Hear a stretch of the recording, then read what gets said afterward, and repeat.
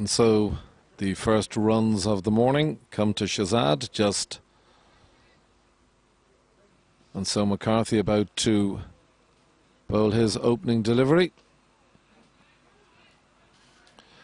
Shahzad looks to take a quick single, but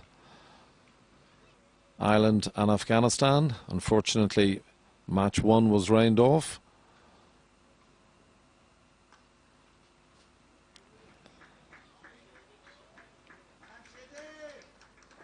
Match two went Afghanistan's way, and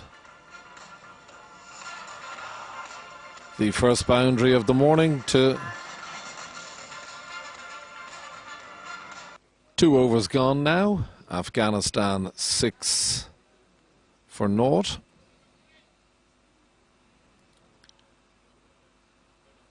Murtagh approaches the wicket.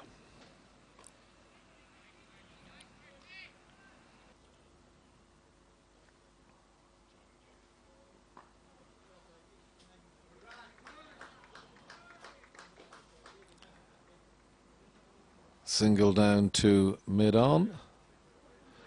Brings the score up to 9. Afghanistan winning the toss this morning and electing to bat. And so McCarthy starts his second over. Nicely pushed into mid-wicket for a single. Highest score 136 not out against Zimbabwe in 2015. And if you add to that 4 centuries and 5 50s, you'll see a very competent cricketer. Off the back foot, pushes it to Porterfield a point, no single, end of the over. 5 overs been bowled, start of the 6th over. From the Dundonald end, it's Barry McCarthy in right arm over. Big appeal, and he's given him. First wicket to fall. McCarthy strikes, and that will fill him full of confidence. And so Afghanistan lose their first wicket with the total at 19. Early breakthrough for Ireland, exactly what they'll have been looking for.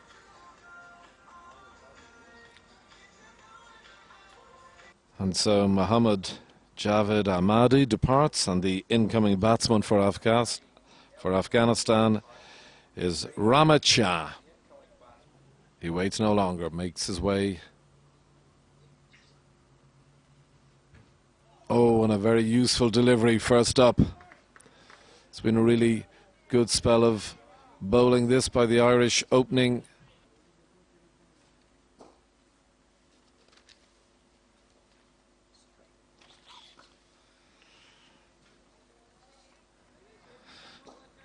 Another dot delivery there from Tim Murtagh in a sun-drenched Civil Service North of Ireland cricket club. Glorious morning. Ooh, chance there. That had been interesting had he hit the stumps. Shahzad looking to take a quick single. The Sunday's nearly apocalyptic weather. Absolutely. Shahzad just tucks it backward a square for a single. 2 out of 3 of those batsmen probably didn't do themselves justice. Another big appeal by McCarthy. But the encouraging thing is that that degree of control, which I think that the resources that we don't have available for the series, including Craig Young and Boyd Rankin, I think it's actually very encouraging that we have a genuine strength and depth now. I think if you would include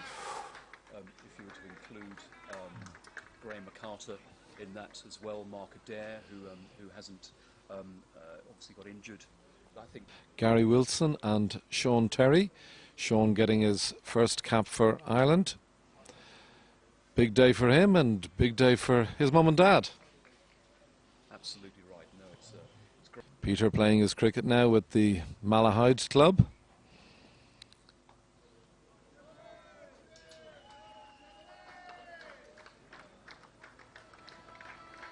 We talked a little about the firepower of Shazad, and he just proves it there with a glorious shot for 4. You mentioned, Warren, Phil Simmons, and great news that he will be leading his West Indian side here in the not too distant future. Indeed, to give it an opportunity to be credible, to let it live and breathe, to give teams like Ireland and Afghanistan to prevail or otherwise at this level. And obviously we have 11 ODIs this year, 5 of them against Afghanistan. From here we're playing Pakistan 2 games in August. And then we have, that was a terrific shot, hit on the up, over extra cover. Long part of the boundary down there that just demonstrates his timing and his eye. Yeah, it's a fantastic summer to be an Irish cricket fan.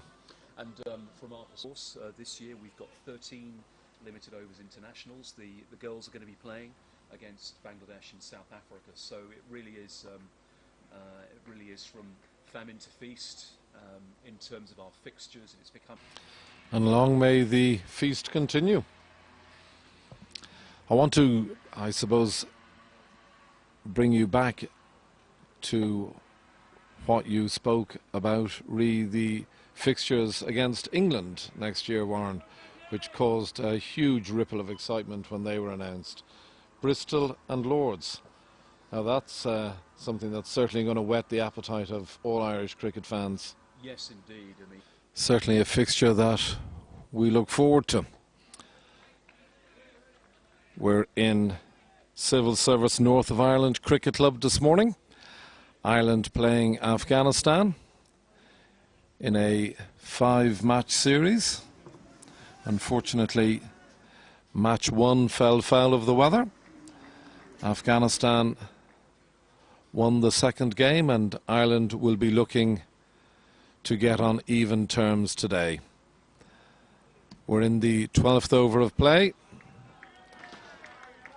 Peter Chase just been beautifully clipped for 4. And Afghanistan now moved on to 46 for the loss of 1 wicket. In many ways, over the last number of years, and quite rightly, obviously, our primary objectives have been all about what happens on the field of play, and of course that continues to be our highest priority. But in many ways, we've focused very much exclusively on that. I think what we're trying to do now is aim to a stage whereby it's much more visible. And if I can summarise a phrase or use a phrase that I've deployed in the last couple of months, in many ways we've been about, over the last 9 to 10 years, about trying to make Ireland a major nation in cricket. What we're trying to do now is make cricket a major sport in Ireland. Clearly, we cannot forget the first and long-standing objective, because it is pretty much exclusively by dint of the extraordinary performances of our men's senior squad over the last number of years, we're even in a position to be able to put out such an ambitious objective as that. But we've never been frightened of putting out ambitious objectives. Even I was just to go over the last 4 or 5 years, the ability, I think, to be able to have many more fixtures, to be able to. And I guess as long as that continues to be the case, we need to share the same dreams as our players.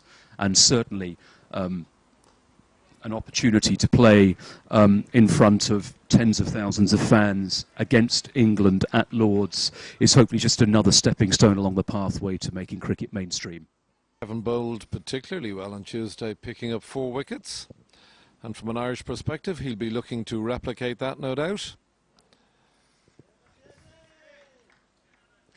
I've had some people who've been contacting me over the last couple of days from New York, from Hong Kong, from associate members to Embrace, and I say associate members because full members are still operating very much in the traditional media. An opportunity there. Single taken. I think it was 2 or 3 years ago we live streamed our ODIs, I think in consecutive years, against Pakistan and then Sri Lanka. And I recall that the number of countries that the stream went to is something north of 150 countries of our revenue stream. So it's an interesting time for us now that we're getting all of these fixtures. The ability for us to be able to mix and match traditional broadcasts we're doing with Sri Lanka and Pakistan with a live stream, and the opportunities that, I guess, the more we do this, the more we see the interest in it, the more we understand it's how far it's disseminated across the world, the more we see the opportunity opening up to understand how we might develop our business in the future. Not that I have any silver bullets at the moment to say what that's going to look like, but because of course the technology itself changes so frequently. But when you see organizations such as Amazon and Twitter beginning now to purchase sports rights and to have sports acquisition professionals working for them, YMCA last year, Claremont Road was a wonderful host to our women's fixtures, and it really there was a good crowd at those games. Remember, the sun shone eventually for the I think 2.5 of the fixtures. In fact, I think we had 3 games, didn't we? It was just a little wet at the very start, but the sun shone. It looked absolutely superb on the stream, and I think it lifts the occasion in general. And the players know they're on camera, being watched across the world and at home if you're the opposition team, and I think it really helps lift the occasion. And of course it's not just our men's, also our women, as you say, but it's we're going to be live streaming the Intercontinental Cup match this year against Hong Kong, the T20s afterwards. We're also going to be broadcasting one of our interprovincial matches, and we're going to be showing the Irish Senior Cup final and the National Cup final as well. So international, provincial, domestic, men and women. It's going to be a very, very broad church of fixtures this year. I'm really looking forward to seeing what feedback we get from those. Bigger television audiences, but certainly for our and our women's teams now are becoming more attuned to that with their super performances on the world stage and qualifying for World T20s. But there's also the wonderful shot there, beautifully picked up, and that'll be an opportunity for some senior ICC people to come along and to see what the cricket is like live. So that's going to be an excellent opportunity. And there's our second wicket of the morning. Another wonderful take by Stuart Pointer, diving low to his left. And Kevin O'Brien back in the wickets this morning. Golden arm. Absolutely. That of Toby Radford. Indeed, Toby was appointed a couple of weeks back. He'll be starting on August the 1st. He came into the office yesterday to meet a number of our staff, and he's up here today. He knows, obviously, a number of our players. He would have, through his time at Middlesex, so he would know Paul Sterling, Tim Murtagh, he knows Ed Joyce. Here in Civil Service North of Ireland Cricket Club. Beautiful ground, sun is shining. Good start by Ireland. Kevin O'Brien back among the wickets. He will be looking to carry on from where he left off last Tuesday. Bowled exceptionally well, batted exceptionally well. Mind you, I'm sure he'll be slightly disappointed with the manner of his dismissal. But Kevin, one of, well, now Ireland's most capped cricketer, vastly experienced cricketer, strides to the wicket, right arm over the wicket.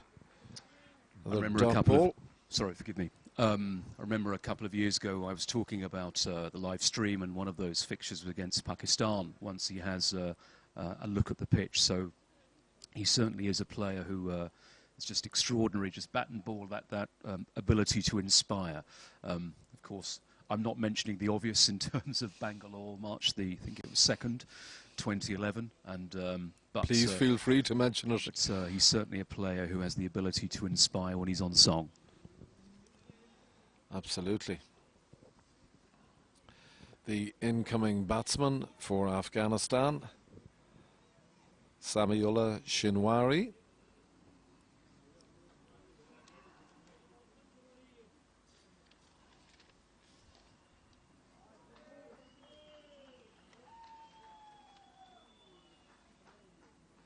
ground fielding, the quality of their catching, and I thought on Tuesday our fielding was first class. Yes, indeed. There was no doubt that if you were to wind the clock back now 10 years when Adrian Birrell, I'm not saying when he first came in, he'd been established by that stage, but I thought it was a very, very astute, inspirational leadership on his part to say, you know, we're not necessarily going to be the best batting and bowling team in this competition, the World Cup 2007, but by heavens we can be, there's no reason why we can't be as fit and as attuned in the field as every other team there, and it gave us a genuine hallmark and something for the squad to focus on, and that I think lifted everyone and gave them a real confidence that even if it was only in one of the three disciplines, there was no reason why the squad couldn't. Are all things that we're going to be working on. McBride into the attack, and with his first delivery picks up a wicket.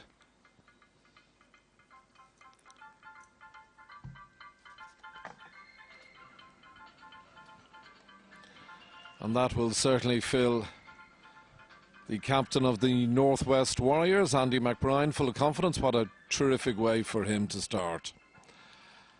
I am just listening to you there, Warren. It gives me the opportunity, while we were talking about the T20 format, yesterday afternoon I dropped into Rush Cricket Club, the north side of Dublin. There was an under-17 inter-pro game between Leinster and the Northwest. And I saw a young boy by the name of Jamie Garassi score a century off, I think I'm right in saying, 61 balls. And it was just fantastic. Here was a young guy, played with absolute freedom, quality cricket shots. Lorcan Tucker, extraordinary talent, playing with confidence and freedom against, you know, one of the best under-19 teams in the world, against a country that has tens of millions of players from which to choose in terms of their talent, and on television and not remotely being fazed by the occasion. It's really exciting. It was fantastic, and just talking about that very event, Warren, the young Afghanistan bowler, the young leg spin bowler who bowled so beautifully here on Tuesday, played against our Irish under-19s in a warm-up game in Bangladesh, which I just caught the tail end of. And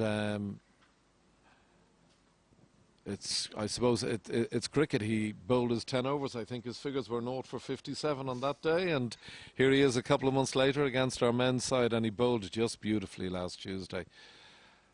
It is. It's extraordinary the way things happen. You could put a similar spin on the Barry McCarthy story. Here was a guy who, absolutely.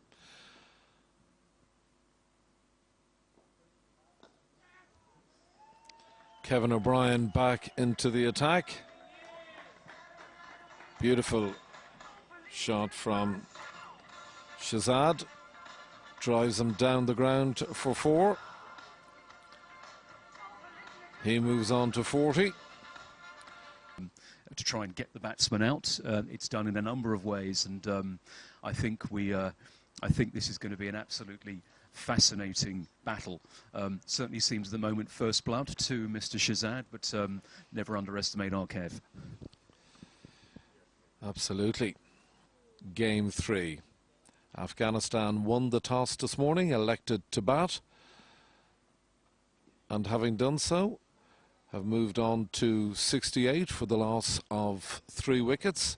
We're in the 18th over, and I'm delighted to be joined by Warren Dootram, Chief Executive of Cricket Ireland.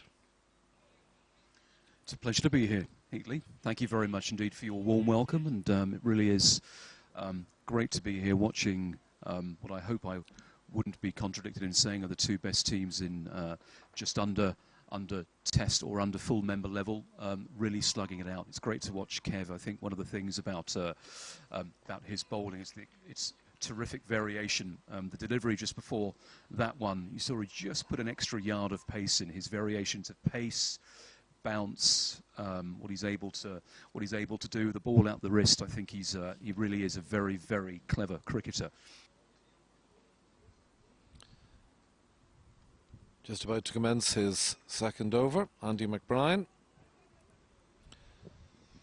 He's another young cricketer who has, if you want to put it this way, the right stuff. From the village of Donamanor in the northwest of Ireland, and they breed their cricketers very tough in that part of the world. And he's a relatively quiet lad, but all the other players have huge respect for him and certainly know that he's tough as old boots.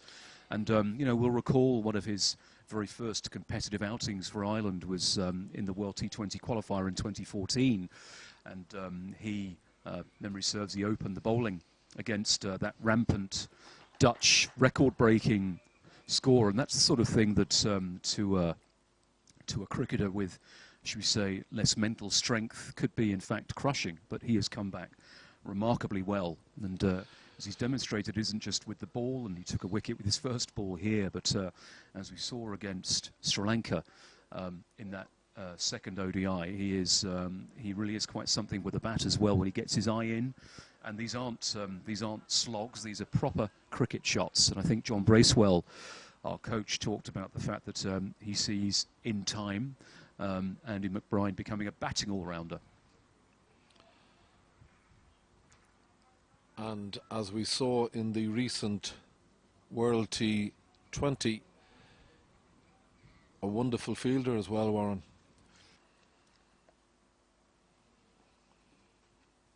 Andy McBride, just 23 years of age. We've been talking about him, and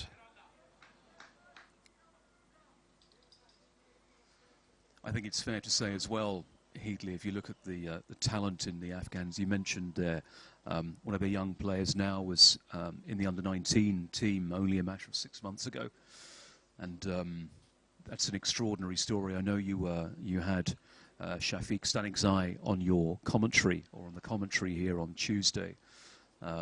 He really is, he's a fascinating guy. He's only a young guy, and he has a super shot. Quality shot, using his feet exceptionally well, dancing down the track. That is the Afghanistan captain, putting Kevin to the sword there, and doing so exceptionally well. Afghanistan moving on to 74 now for the loss of 3 wickets. We're in the 20th over.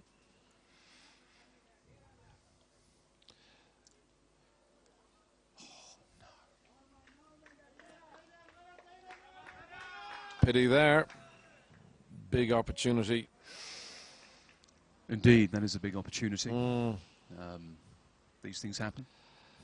Absolutely, a man who's probably more accustomed to having gloves on, Gary Wilson, standing in the slips beside Stuart Pointer. Sorry, Warren, you were going to say? Not at all, Heatley. Yes, I was talking about the Afghanistan Cricket Board Chief Executive, and it's fascinating to sit down with your counterparts in different parts of the world and hear their story. And there is no doubt that the story of Afghanistan cricket is absolutely extraordinary. And what it really is unbelievable, I suppose the scale of the sport in Afghanistan, and if the opportunity ever comes to take the step up to full membership, I would have no doubt whatsoever that if one of the criteria for doing so is there a culture of cricket in that country, that's a big tick. Big appeal from McBride. The umpire remains unfazed and hands his overtop back to him. Afghanistan now 75 for 3. Passion with which they approach their cricket, and I think the things that we're seeing here is their approach to 50-over cricket is slightly tempered, as I think their approach to 4-day cricket has. I recall, I think it was could have been 2010 or maybe even 2012. We were in the Intercontinental Cup playing against Afghanistan at Clontarf. I think it was more. I think it was either 10 or 12, and I just remember Mr. Shazad was batting as if it was a T20 fixture, and that was you just knew that if they were able to temper their, and it's something very new and it's a lightning rod for optimism in a country with challenges that we would barely understand and begin to understand. And I mentioned again when they came back from the World Cup qualifier, or the World Cup having qualified for the World Cup, that they tens of thousands turned out at the airport to welcome the team back. That's it just gives you an insight into the incredible passion there is for the sport, and which is probably matched only around the world in the likes of Bangladesh, Sri Lanka, India, Pakistan, and dare I even say at this stage of the countries like Nepal now, which when they host domestic matches are getting up to 10,000 at some of their domestic cup finals and their big games. It's the game is just extraordinary. It certainly is the #1 sport for at least 20% of the world's population. It's and cricket is the world's second biggest sport, and these are the statistics. When I'm talking to government and sponsors, I make sure are very early on in the presentations. Well, we've got to mention, Warren, you talked about Pakistan. We have a up-and-coming series against Pakistan, mid-August, 18th and 20th of August. The two games are being played in Malahide, and for those of you watching this afternoon, can I suggest, so the ball is retrieved, Afghanistan 83 for 3. We're in the 23rd over, approaching the halfway stage. McBride into bowl.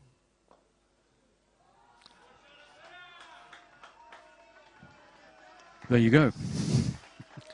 Well, I think it's always interesting to see what he does with the third delivery, don't you?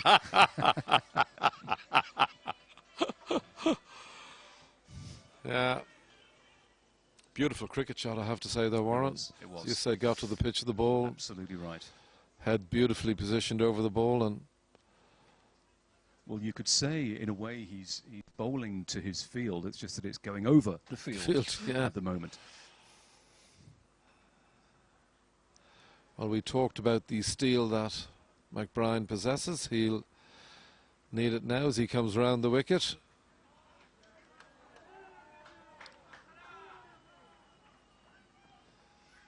Skipper goes looking for a third run, but won't take it. No, Kevin has a very, very strong arm. That would have been a risk. And if you've hit 2 sixes off the first couple of balls, and you know your partner down the other end is equally capable of it, it's not a risk that needs to be taken. A handy acceleration. The last few overs have saw the rate drop below 4 runs per over. So this sort of thing, it just demonstrates that the batting team is able to relieve pressure and give themselves an opportunity to start pushing the ball around, and it was noticeable that after those 2 sixes, they've kept rotating the strike.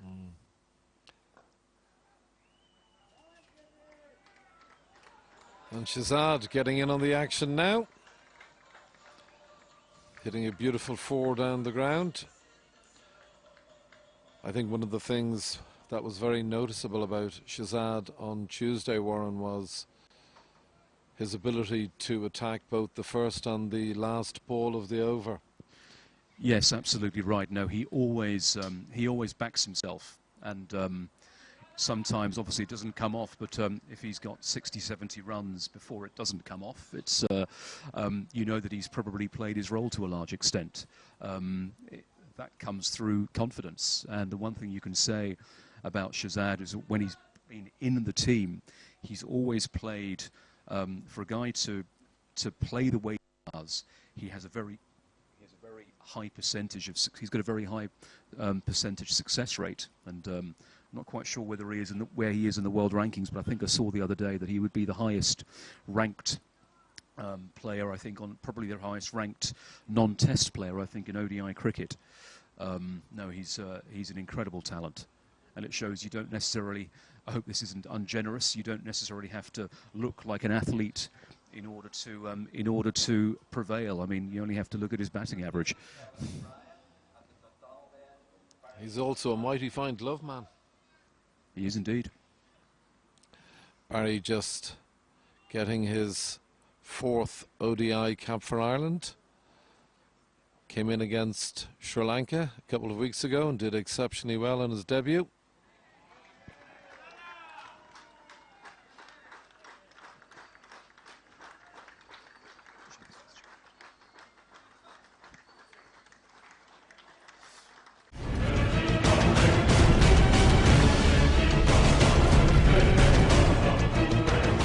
And so we head into the mid-overs this afternoon, the crucial mid-overs. Kevin O'Brien, right arm over the wicket. Bowling to Shazad, who tries to work it away through the onside, unsuccessfully on this occasion.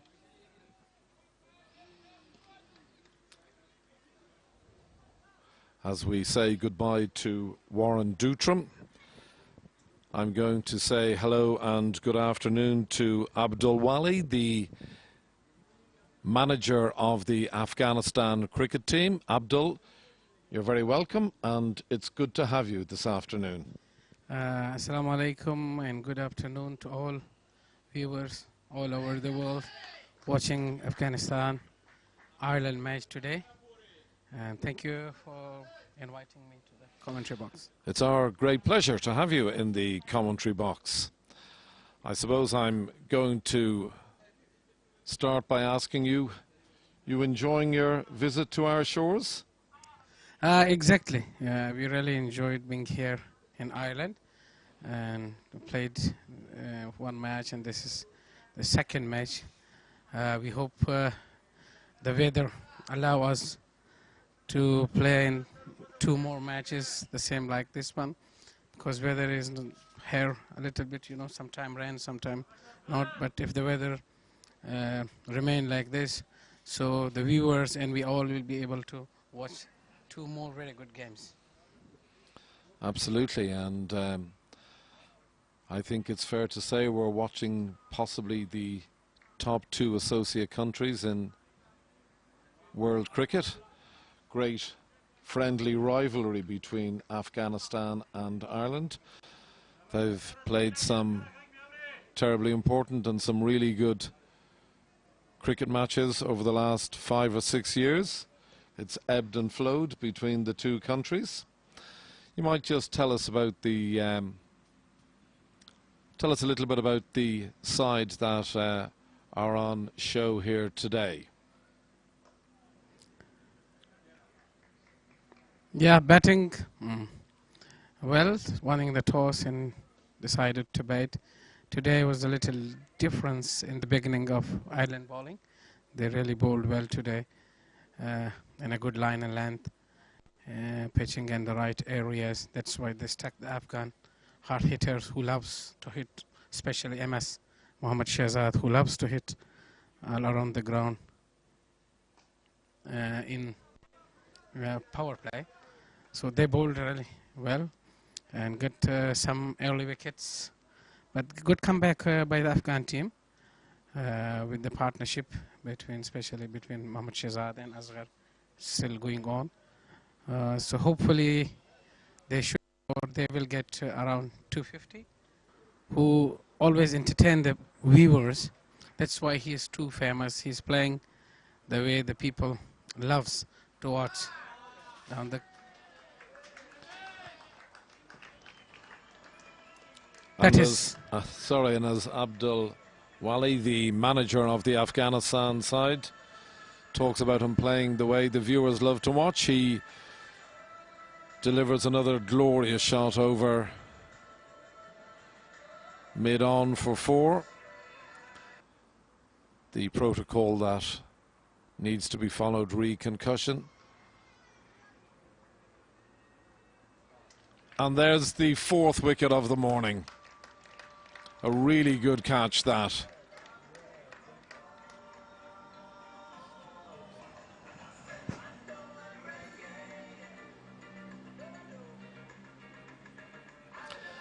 And it's probably no more than Peter Chase deserves. He's bowled really well in this spell without too much luck. And so the Afghanistan captain departs. Informed batsman for Afghanistan. So we expect him to do well today. He's a very good batsman, hard hitter, always loves to hit around the ground.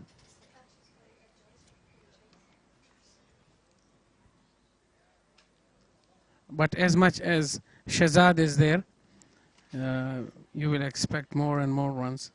So Shahzad needs... the first ball is very important for both the bowlers and batsmen. So Nabi appears okay, thankfully.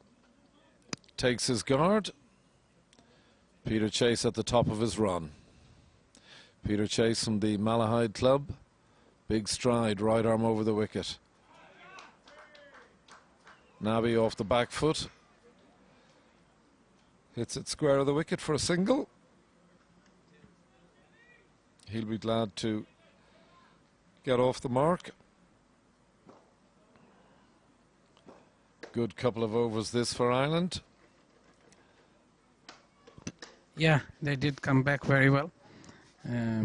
Took two important set batsmen on 2 overs. So the score might be a little bit slow because both are the new batsmen and will take a little time to set up.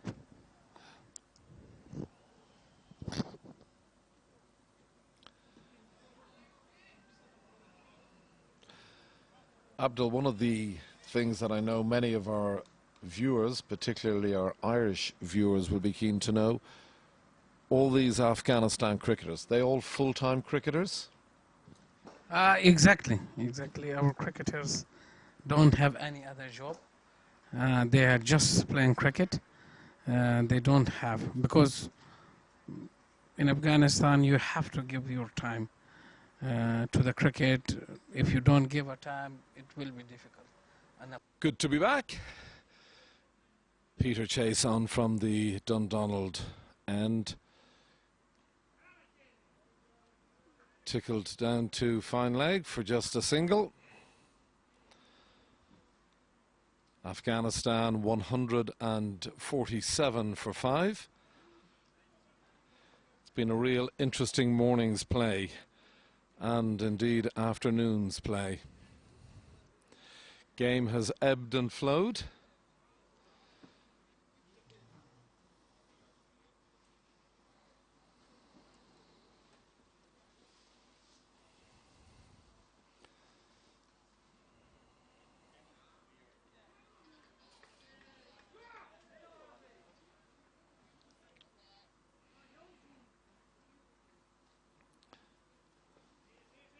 Nicely played off his hips down to fine leg. Well fielded. William Porterfield marshalling his troops with authority here.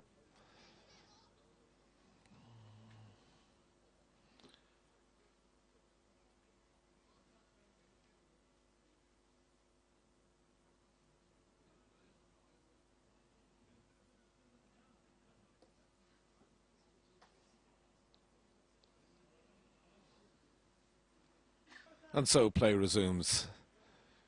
Peter Chase in bowls. Wide delivery down the leg side. Got to get the radar gun in action here.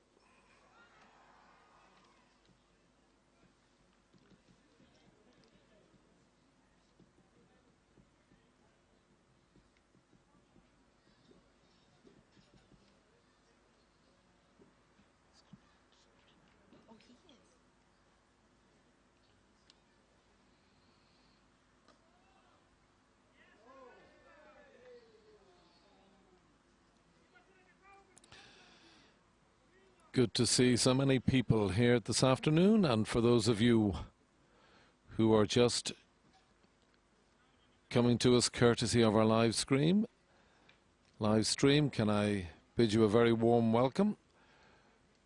We hope you're enjoying the cricket this afternoon here in the Civil Service North of Ireland Cricket Club. Beautiful conditions, perfect conditions for cricket. Hardly a breath of wind. Match very evenly poised. Afghanistan won 50 for 5. Peter Chase with his tail up.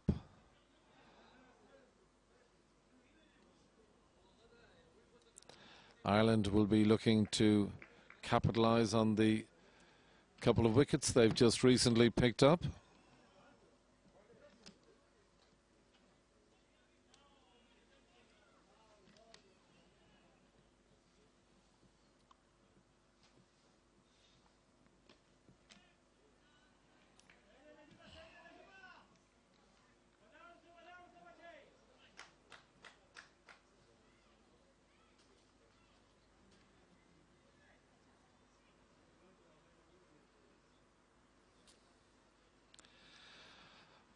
I want to say a very warm welcome to Nantes Cricket Club from France. They're over here on tour this week. I see a number of them around the ground.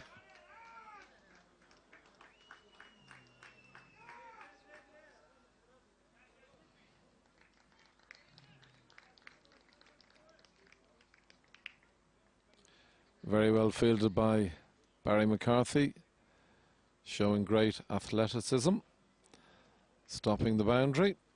It's just saying there, Nantes Cricket Club from France, over on a cricket tour, and I see many of them around the ground. You're all very welcome.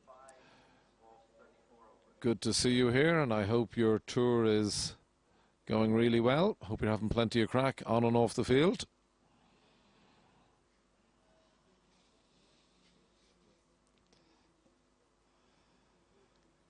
My producer's actually just smiling at me. I should change that to I hope you're having plenty of fun on and off the field.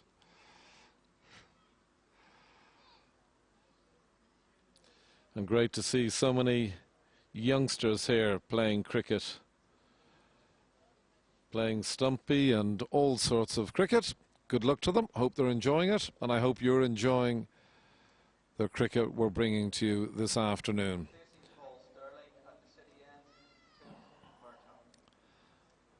And replacing Paul Sterling now, it's Tim Murtagh, the vastly experienced Tim Murtagh. Wonderful cricketer, plies his trade out of Middlesex County Cricket Club. Middlesex in Ireland. Here comes Murtagh. And Murtagh picks up a wicket with his first delivery of this spell. Well caught by Stuart Pointer, has him caught behind. That could be a crucial wicket for Ireland. And so that's 6 wickets down now.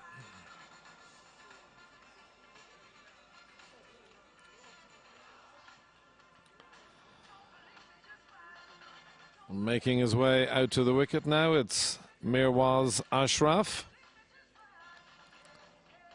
Had a really good game here last Tuesday. Very fine cricketer.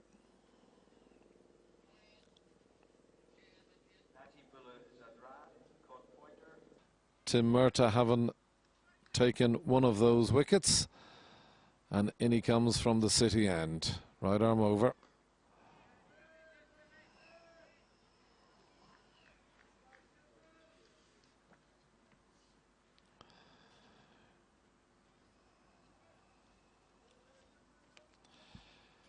Mirwaz Ashraf on strike. Experienced cricketer, having played over 40 ODIs now, 28 years of age.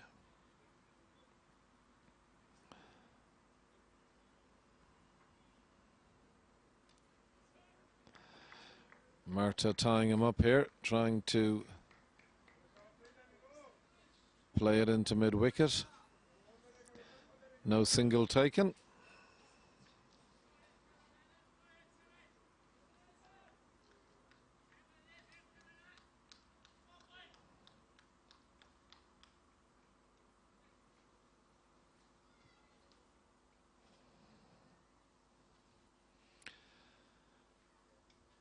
Murta with purpose in his stride. Delivers, it's another dot ball. Great to see so many viewers watching from all around the world. Just want to say hello to viewers now who have just sent us in notification that they're viewing from sunny Portugal. Well, greetings from sunny Belfast. And whilst the Algarve may be very attractive, believe you me, Stormont is also showing its pretty face today. So, the Cousins family in Portugal, good afternoon to you all.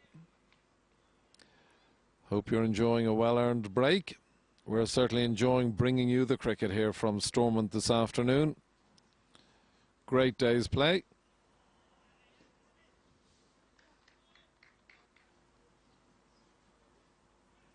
Peter Chase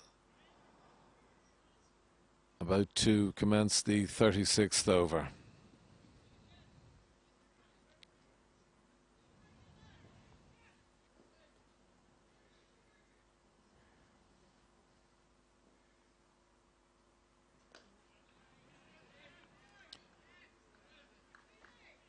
Peter Chase,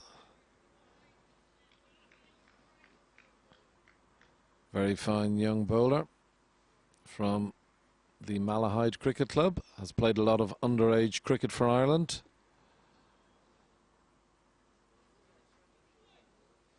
Played some cricket for Durham and has done so very successfully there, and is proving a handful today.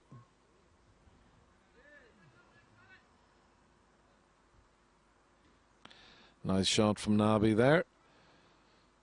Just opening the face of the bat and playing it down to third man, adding a single to the total. Afghanistan 154 for 6.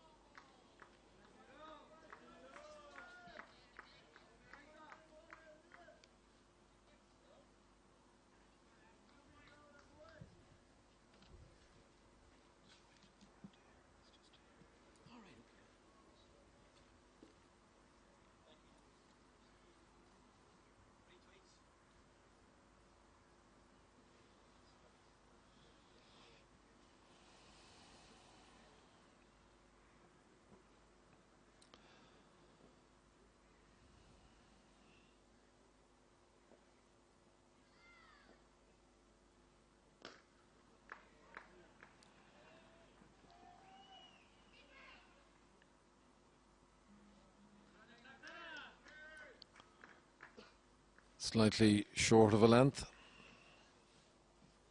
Mohammed Nabi just playing it out to the mid-wicket boundary, fielded by Andy McBride.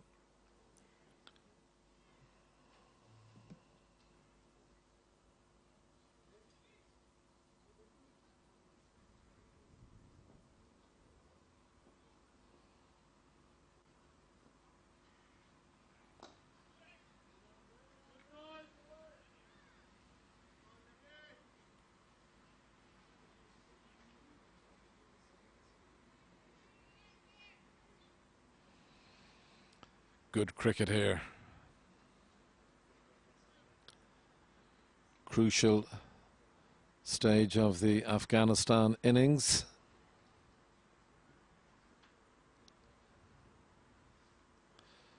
Chase, big stride, approaches the wicket. Glorious cricket shot, absolutely glorious cricket shot.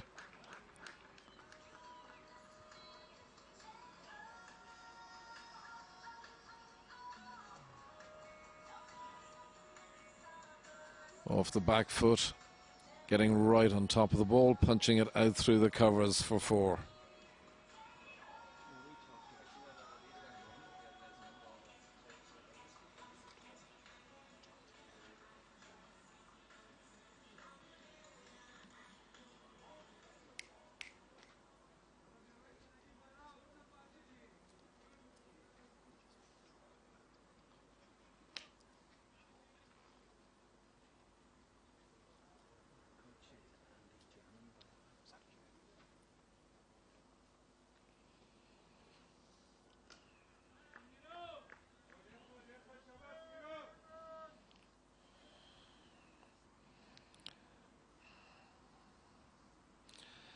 Murta now continuing his spell from the city end.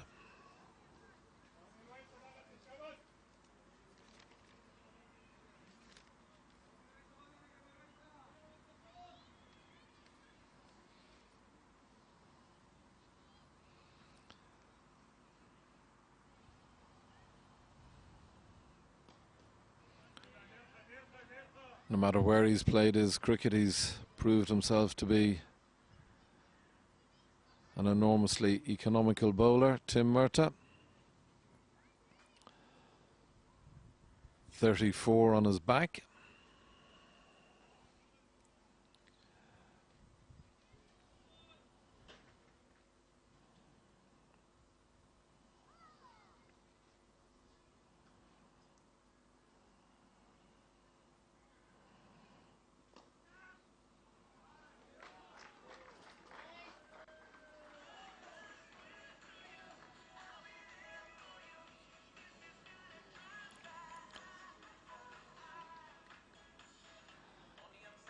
Lovely cricket shot over mid-on for 4, and that brings the Afghan flags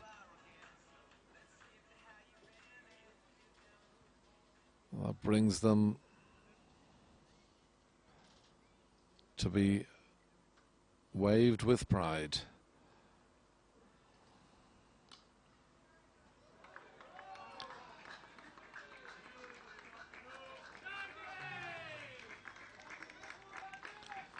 Another glorious shot. Ashraf proving not only is he a quality bowler, but a very fine batsman indeed. 2 beautiful cricket shots. Afghanistan looking to accelerate here.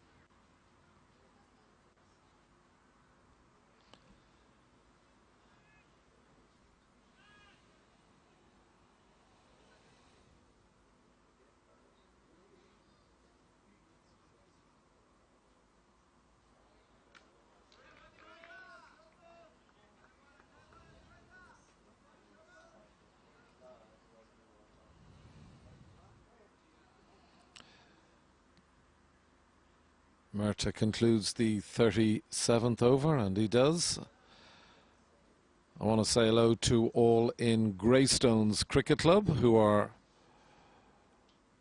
viewing this afternoon. Good afternoon to you all. Relatively new club, wonderful new ground in the Garden of Ireland. Beautiful ground under the supervision of Mr. Drain. Good afternoon to you, David. I hope you're well.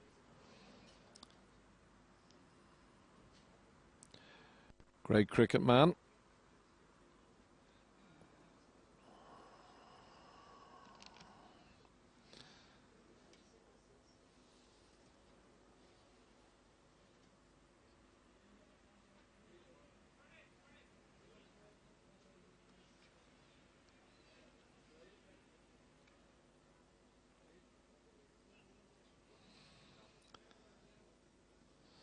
Change of bowling now. Barry McCarthy back into the attack. The distinctive orange stripe on his boots. He runs, he approaches, he delivers. Bowls a dot ball.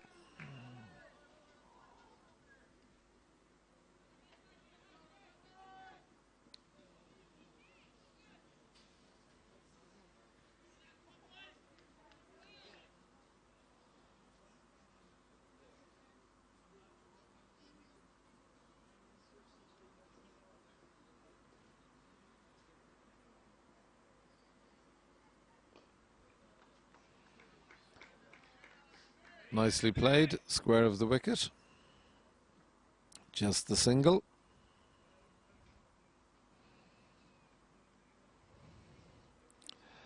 Umpires beautifully clad in their red jackets and black trousers. Umpires Ian Ramage and Roland Black standing here today.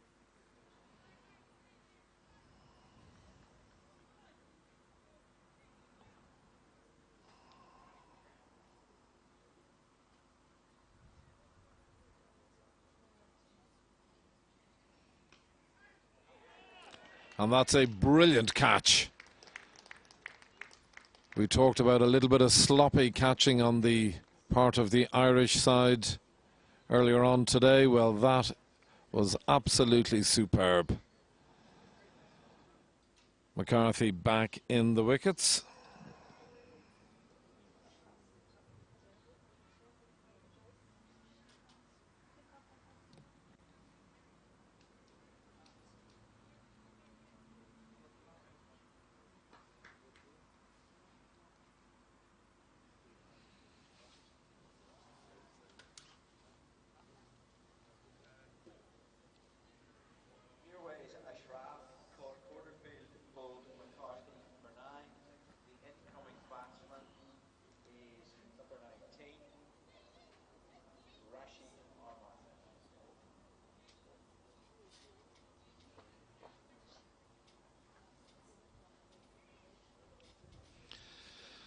William Porterfield again proving just what a brilliant fielder he is. Superb catch. Afghanistan now 7 wickets down. Ireland with their tails up. Good delivery from McCarthy yet again.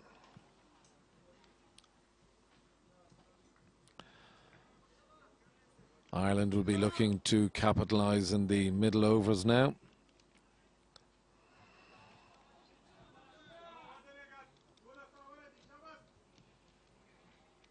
Cries of encouragement from the Afghanistan players. Shabash, shabash rings around the ground.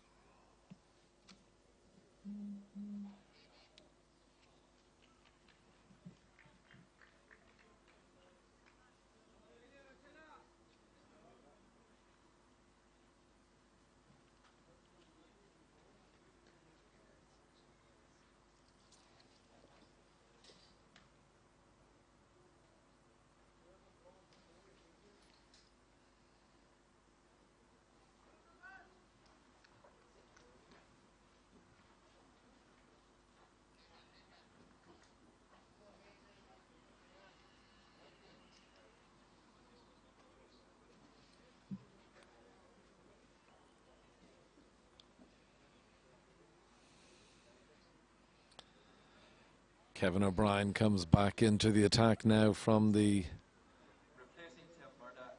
City end.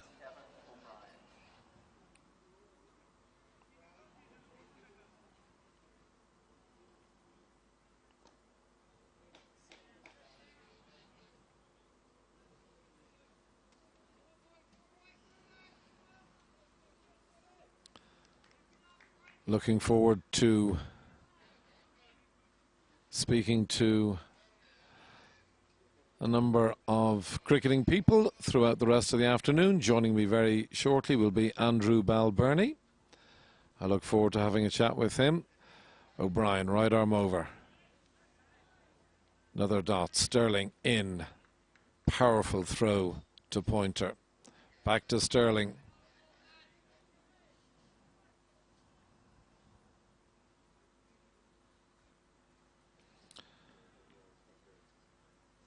Murtagh just lobs it back to O'Brien. O'Brien back to his mark.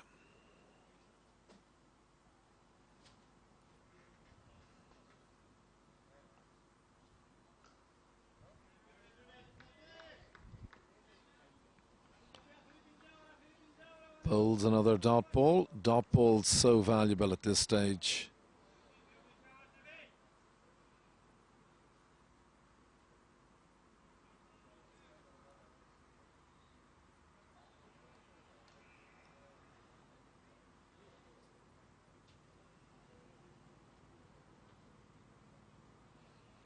170 for 7.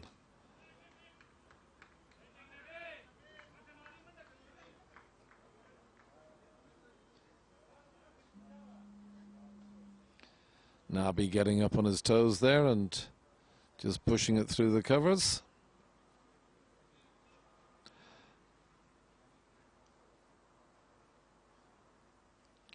Rashid Arman just looking for a change of a weapon. Has a new bat. Looking for guard. Gets his guard. Scrapes out his mark in the ground.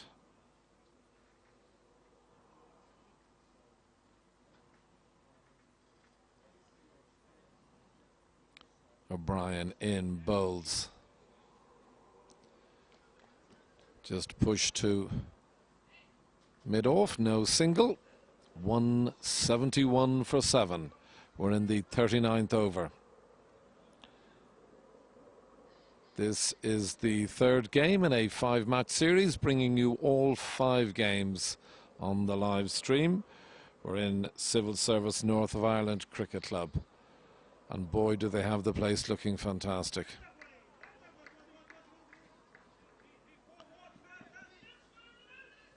Nicely steered through gully and point. Sean Terry getting his first cap for Ireland. Barry continuing his fine spell of bowling. Bowled exceptionally well against Sri Lanka. Bowled very well in the game last Tuesday. In he comes. I shouldn't have said anything. Bowls a wide delivery. And on that note, I'm delighted to be joined in the commentary box by Andrew Bell-Burney. Good to have you, Andrew. Thanks, Heatley. Great to be here. Been an exciting morning from what I've seen. You know, there's been wickets, there's been drop catches, been explosive batting again from Shazad, so it's been a good start. I'm going to nail you to the spot early on in your commentary gig. Give me a prediction. We're at 174 for 7. We're in the 40th. It's very tricky with the Afghanis. They've got batters all the way down, and they're batters who like to score boundaries. You know, I think 174 for 7. The lads would like to think they can keep them below 210, 200 even, but it's a lot easier said than done. As he's been pulled away to the backward square boundary, it seems to be a tactic they've gone for the last few overs, is to try the short ball, but that one just wasn't directed as well as McCarthy would have liked, and it was pulled to the backward square boundary for 4. But yeah, like I said, it's a tricky one. Obviously, we struggled to chase 250 down the other day, so you know, as batters, that'll be in the back of the lad's mind. So I think anything below 210 will be a great effort, having lost the toss this morning. I have to say, I'm delighted to see you swinging in your chair. Tell me, how's the body? Yeah, the body's fine. It's been a slow sort of 8 or 9 weeks.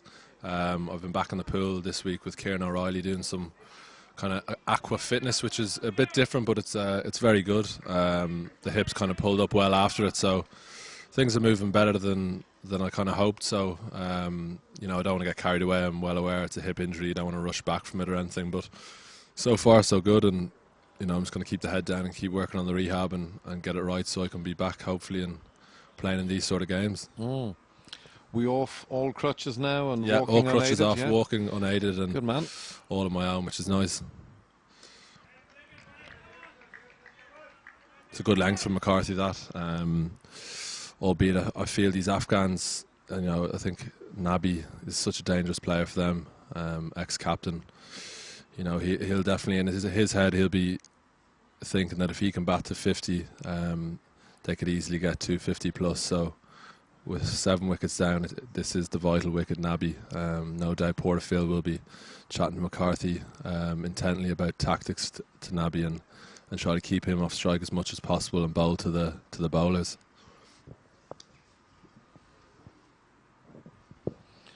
McCarthy in.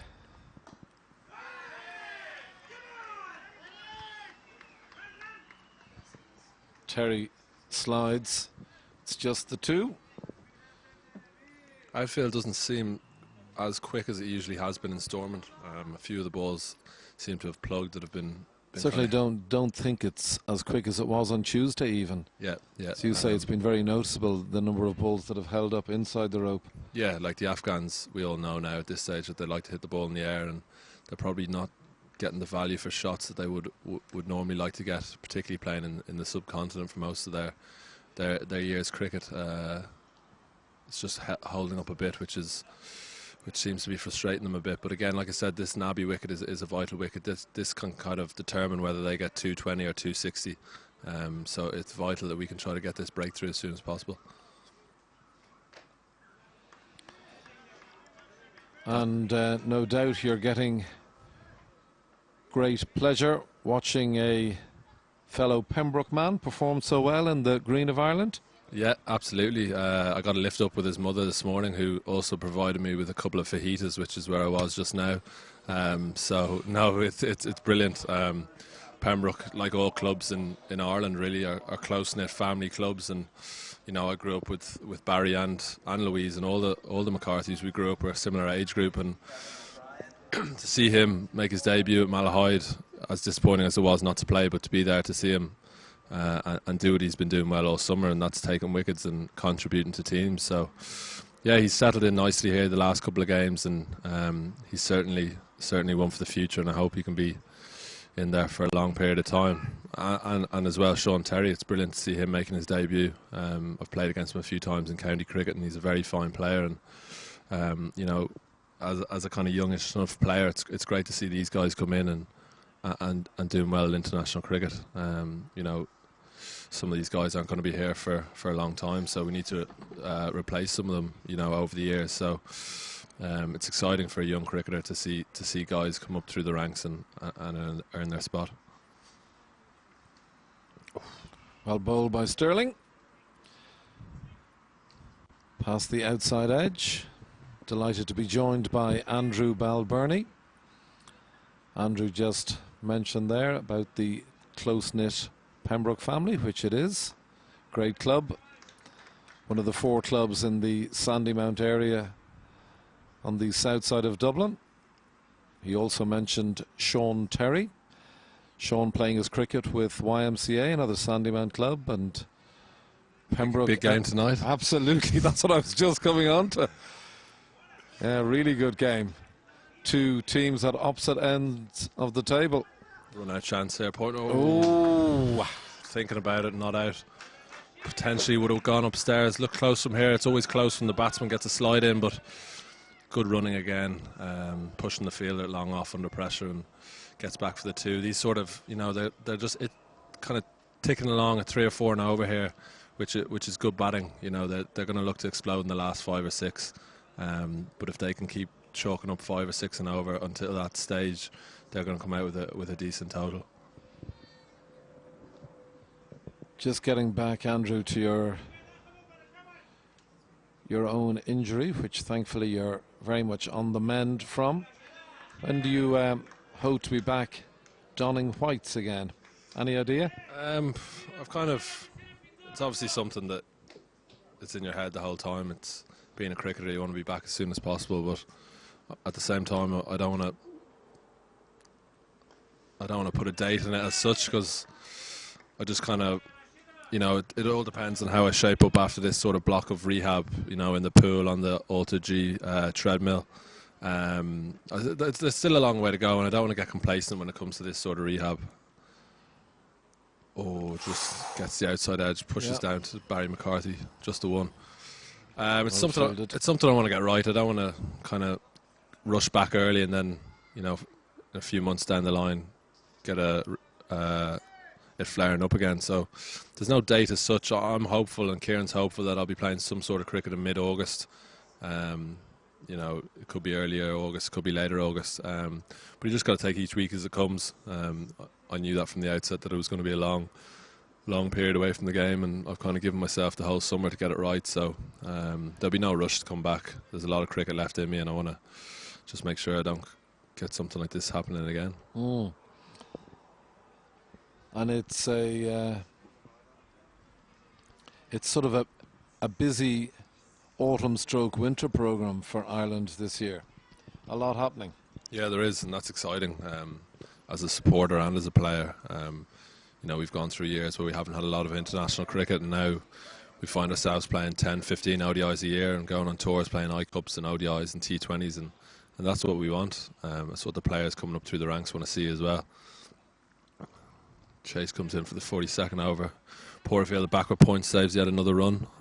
Been doing it for years. One of the better fielders in and around the international arena, and has been until since he burst onto the scene in 2007. But yeah, it's exciting for the guys coming up through the academy, the underage systems, to see that there is, you know, a full year-round schedule of international cricket. It's brilliant, and hopefully we can keep getting the kids coming up through. Absolutely, and you mentioned the academy.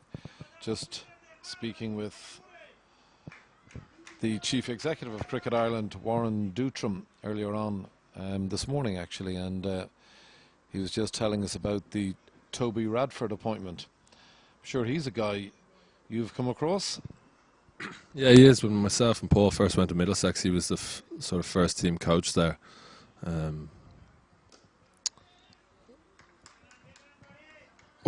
Direct hit from McCarthy, overthrows. That's just the way it goes. If you're throwing at the stumps, you take that risk, and it's ricocheted off the stumps, and they've got 2 extra runs, much to the Afghans' delight in the sideline.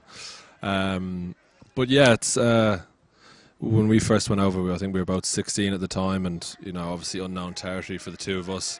And Toby was the first team coach there, and we met him on our first day, and he was very friendly, very nice guy. Didn't deal much with him in terms of coaching, but very nice man. He's obviously vastly experienced with Morgan and Middlesex, and then in the West Indies as batting coach. So I think it's a very good appointment from Cricket Ireland, particularly having lost out on Chris Adams in such a short space of time. So again, another exciting thing for the academy boys and the guys coming up through the ranks, to have someone with that experience to guide them into the next phase of their career. Absolutely. We're in the 42nd over. Afghanistan 190 for 7. Andrew Balbirnie joins me. Delighted to have him with us today. Vastly experienced cricketer himself.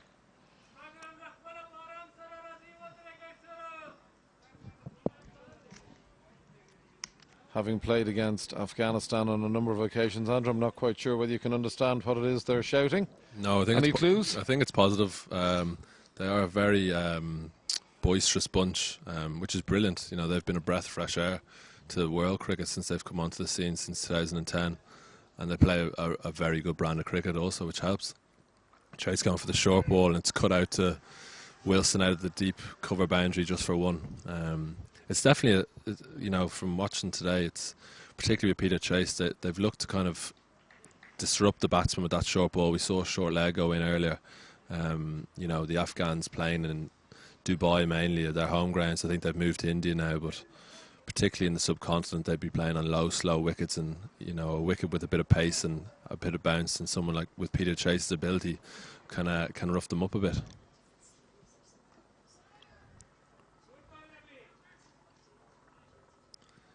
The end of the 42nd over there, and the Afghans moving along quite nicely. 190 for 7, 193 for 7.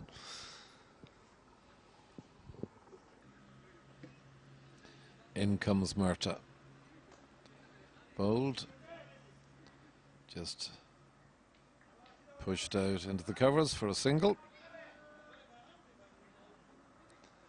Were you here on Tuesday, Andrew? Were you? No, I wasn't actually. I was out at the under-17 interprovincial game in North County, watching the northern lads play against the northwest, which was very good. It was the first kind of time I've been trying to watch as much cricket as I can, and with Cricket Ireland, they've kind of asked me to do a couple of trophy presentations. So I was out in North County for the day, and you know yourself, out in North County, there wouldn't be the best coverage or signal, so I wasn't able to kind of keep up with the scores.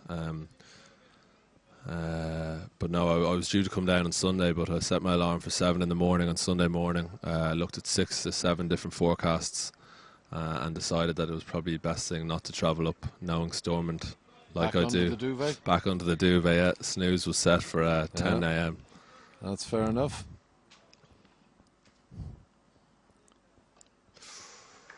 You talk about the... It's well taken. It's a well taken two again. You talk, Andrew, about the under-17 interprovincial series. I was out in Rush Cricket Club yesterday afternoon, and Leinster were playing the Northwest, and I saw a young boy, Jamie Garassi, score 100 off, I think, early 60s, 62, 63 deliveries. He was fantastic. Really enjoyed it. Yeah, it's like, particularly for myself, you just have to look out there. William Porterfield, Paul Sterling, Barry McCarthy, Andrew McBride, even Ed Joyce, Kevin O'Ryan. We all came up through that system and played in those under 17, under 15s, and when you're at that age, that was the highlight of your summer, playing with mates your own age and getting to travel down up to Belfast or over to Derry and playing these series. And you know, it does produce international cricketers, so it was nice to kind of get a taste for it and see the future. There was some. I didn't get to see the Leinster team, but I've obviously seen a few of them playing in Division 1 in the league very well and take a few wickets. But 239, I'm going to stick with 239. Well, I'm going to be even more optimistic and go for... I say 239. A great shot, pulled well in front of square. Chase dropped it short, and Nabby's too good a player not to pick up that sort of length, and he hits it well over Barry McCarthy's head at mid-wicket and well in front of square. Good start to the over, not a good start for Peter Chase. What were you going to say there, Healy? I was going to come in just below you at... I noticed you hesitated when you saw it nearly clatter into us. Absolutely.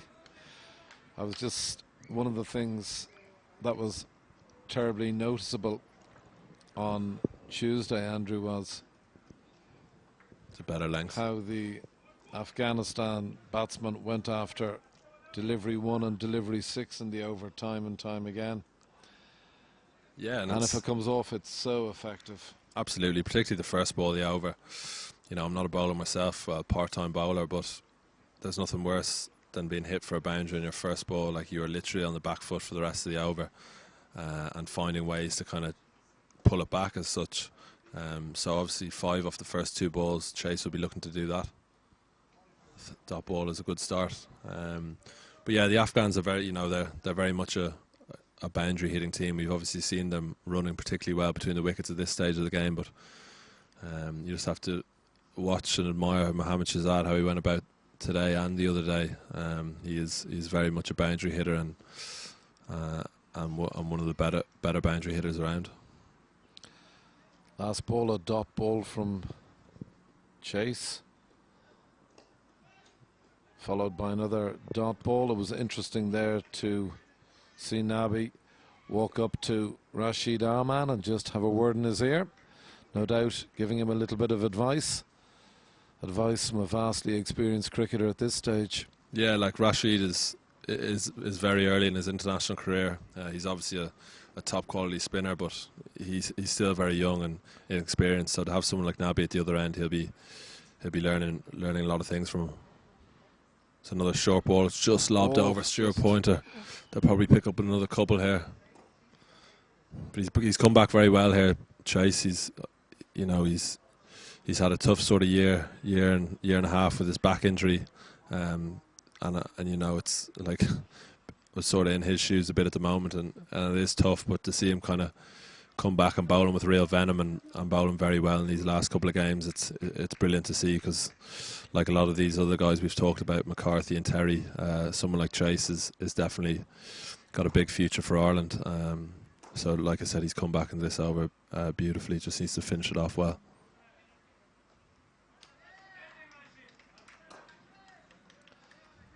I thought Rashid bowled beautifully here on Tuesday. He did, yeah, and from what I spoke to a couple of the guys yesterday, and he's just very aggressive. He looks to take wickets. It's a lot easier said than done, but he sets aggressive fields, and he's got a very good googly, which can surprise a lot of batsmen, even at the top level. But yeah, they've got himself and Nabi, who'd be one of the smarter spinners out there. Not a big turner of the ball, but kind of looks to outwit you a bit. But yeah, no, like I said, Rashid is definitely a danger man for them when it comes to the ball. Boy as well. Yeah, exactly. So he's got a big future in the game as well, which is great for Afghanistan cricket. I saw a bit of him in the Under-19 World Cup earlier on this year. Yeah, I've only heard good things. Yeah. Just probably a bit of inexperience here, though, when it comes with the batting for Rashid. He's obviously got his senior man at the other end, and if he could just sort of, rather than going hard at it and forcing the shot, just kind of let it come and look for that sort of drop and run. There's plenty of gaps out there in the offside and a deep square leg.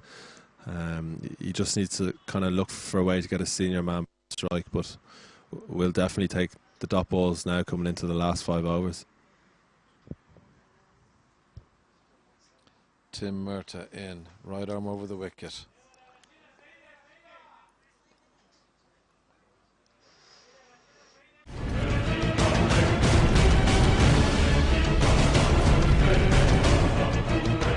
Talking to a number of the Irish guys, no doubt they were bitterly disappointed after Tuesday.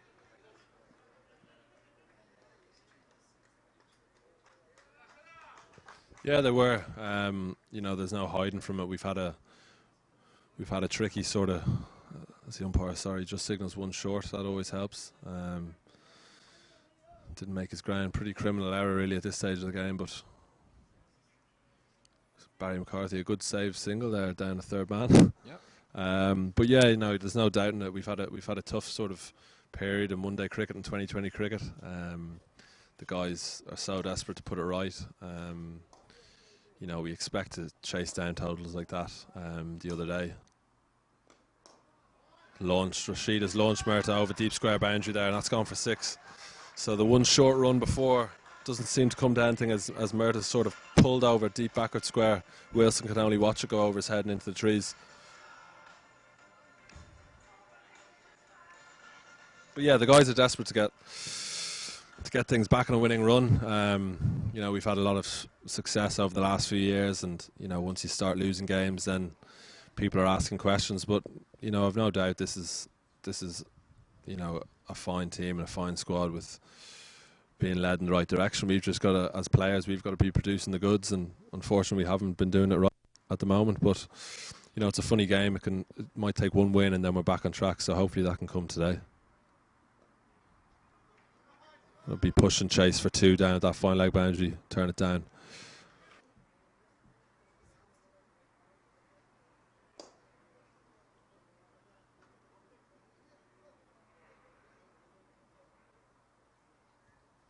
Another dot ball for Murtagh. Nabi just looks to be getting a tad frustrated. He hasn't got a lot of strike in the last 3 or 4 overs. Albeit Rashid seems to be finding his way a bit at the other end. I think Barry being Barry, I think he'll definitely be looking to take a couple of wickets here. Should just be the single, is just the single. Good throw from McBride from the boundary. One of the probably the best fielders in the squad, him and Porterfield, the 2 Donnamana lads. He's fielded brilliantly today, Andy. He's been fantastic, McBride. Really good ground fielder. Yeah, very good. Very quick as well. Has buckets for hands. I don't know what they feed them in Donnamana or what they do, but whatever they do it right. And two of the better fielders in the squad. Chase has just moved out to deep mid wicket here. It looks like McCarthy might try the short ball to Nabi. It goes with a slower ball. It's a good shot over extra cover. It's a really good shot. Inside out over extra cover for 4. It's a brilliant batting from Nabi. He picked the slower ball early, and he had the hands to just manoeuvre it over Sterling at extra cover. And they do seem to be getting a boundary and over, and similar to the other game, that just the tail end is wagging a bit, and it could be a big momentum shifter. I just hope that the lads can finish well here, because they've bowled really well today, and they just need to finish off. finish They'll off well. certainly, I would have thought, be very keen to keep it under the 250. Another slower ball from McCarthy, just tucked into the leg side, the short front leg for a single.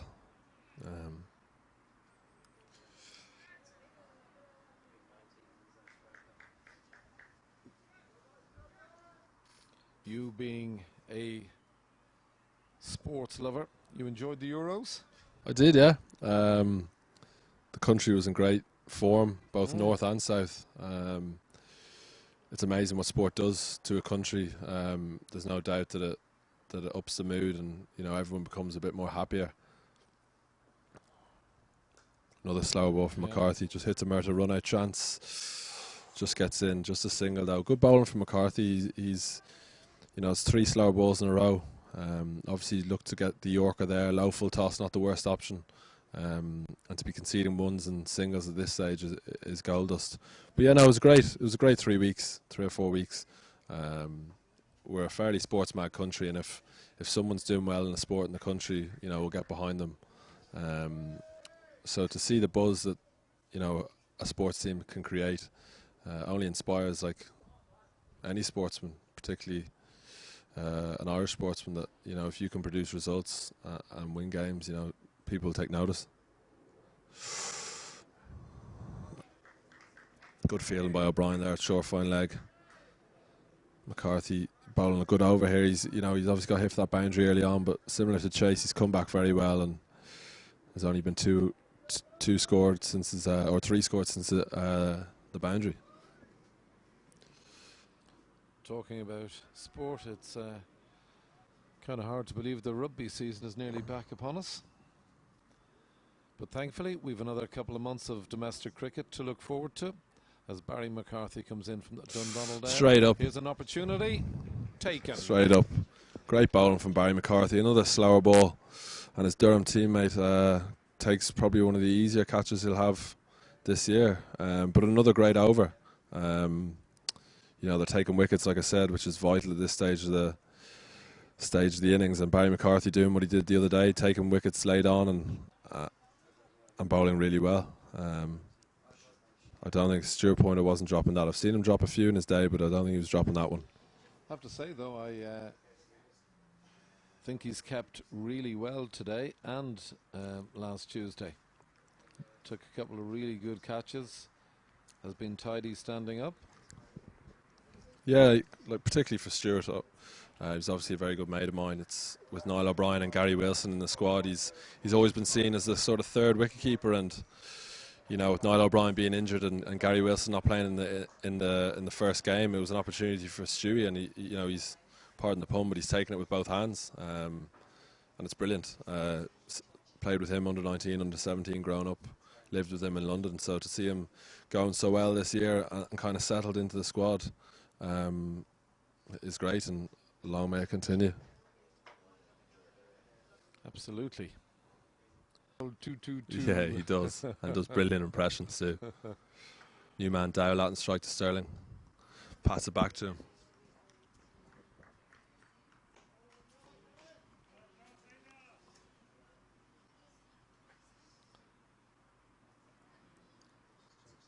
Paul Sterling back on to bowl at the City end. Vital dots these. The guys have done so well here containing the Afghanis. Like I said earlier, they can be so dangerous this stage of the innings. And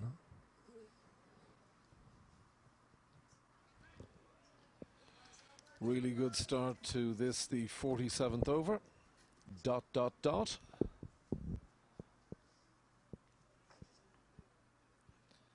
And in comes Sterling.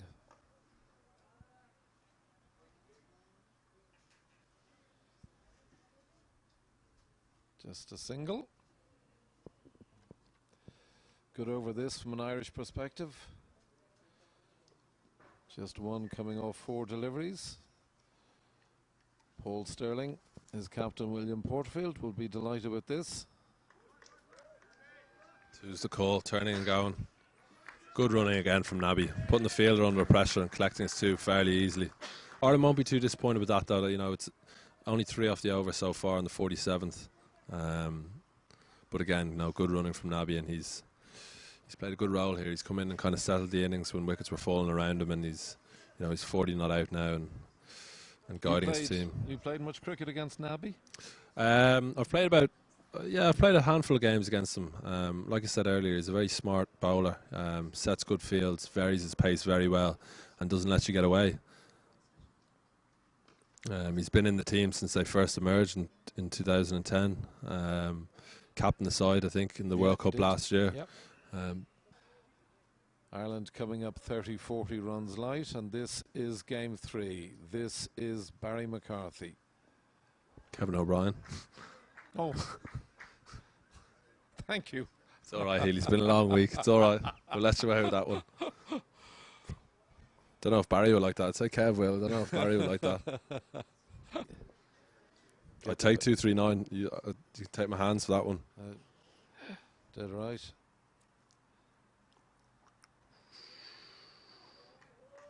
O'Brien just bowling a wide delivery. Umpire stretching his arms,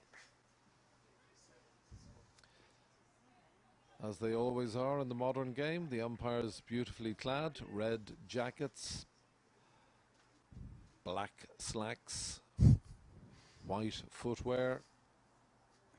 Not like the pink slacks you rock around with.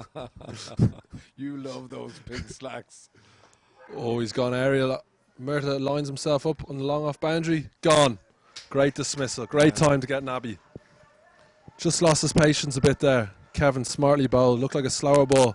Just couldn't get under it and get holes straight out to Tim Murtagh on the long off boundary. 227 for 9. I'd love to think there could be a battle between 231 and 239. You're certainly in the driving seat now. Anyway. Just seeing the Afghan captain, Ashkar, kind of nod his head there beside us here in the box. Doesn't seem too impressed with that dismissal from the ex-captain himself, Nabby. But a good knock all the same. Wickets were falling around him. He had to do a bit of consolidating at the start. But just, he just didn't really get under that and held out to a smart catch from Tim Murtagh. Kevin O'Brien in the wickets again, and or was it Barry?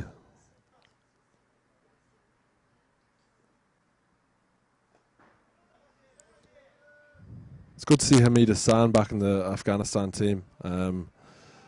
A very exciting bowler, has been for a while now. He's been crocked with injuries for the last couple of years. But once he gets going, we'll see later on, he can really get it up the gears and bowl a good heat, late 80s, early 90s. But like I said, he's just coming back from injury, so he might not be, in full flow. But it is, from a neutral perspective, good to see him back playing for Afghanistan. Just the single, push down the ground. Sean Terry gathers the ball. Sean Terry, very proud moment for him and his family today, getting his first cap for Ireland. I'm sure you remember that occasion. I do, yeah. It wasn't a highlight, if I'm honest. I'd built it up for years and years, and I was a late call up into a team. I was in Holland 2010. I was told I was going to be 12th man for the day. And while giving throwdowns to the batters getting ready for the game, Simo roared from across the pitch that I was going to play. Someone had gone down in the warm-ups, and I was in. No family members there, no friends, no family. I was walking out to field. We fielded first. I was walking out, realised I didn't have a cap. Kind of looked around and said, "Is anyone going to give me a cap?" And the great Roy Torrance threw me his cap and said, "All the best, son." And that was my first international cap. This is a great over from Kevin O'Brien. One from it on a wicket. McCarthy switching ends here, bowling from the city end. Starts with a dot in the 49th over. Scratch that. You get a single down to long on. McCarthy and O'Brien bowling in tandem here now, causing Heatley all sorts of problems. Just got it at the wrong end, between the Dundonald and the City Road end. You obviously knew he was coming on at some stage. Of course I did.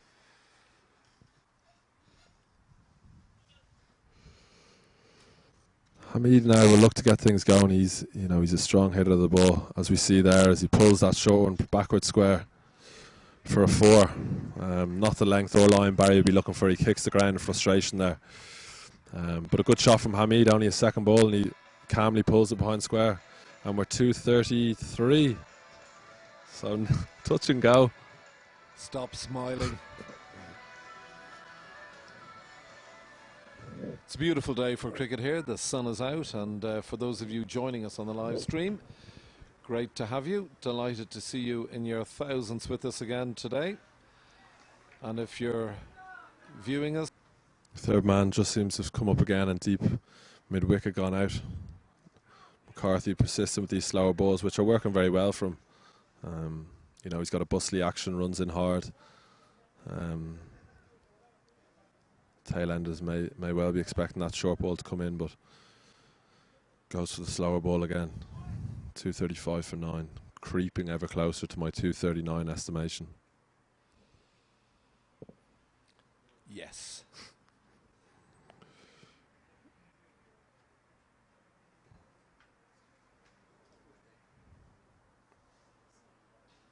It's a good Yorker from McCarthy.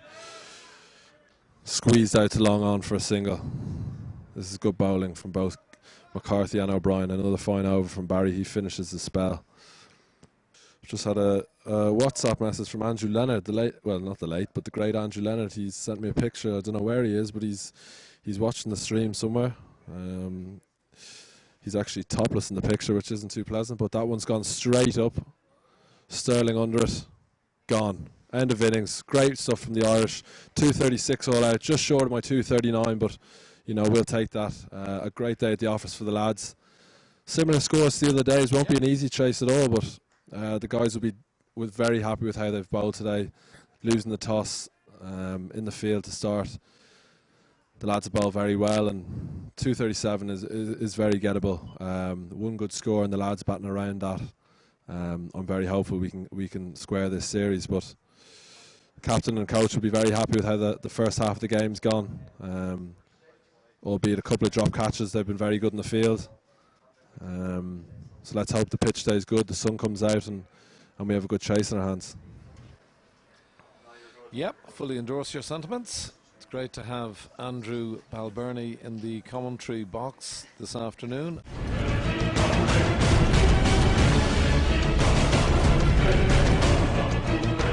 I was having a lovely bit of lunch there about 10 minutes ago, and I heard the man on my right being described as a legend of NCU cricket.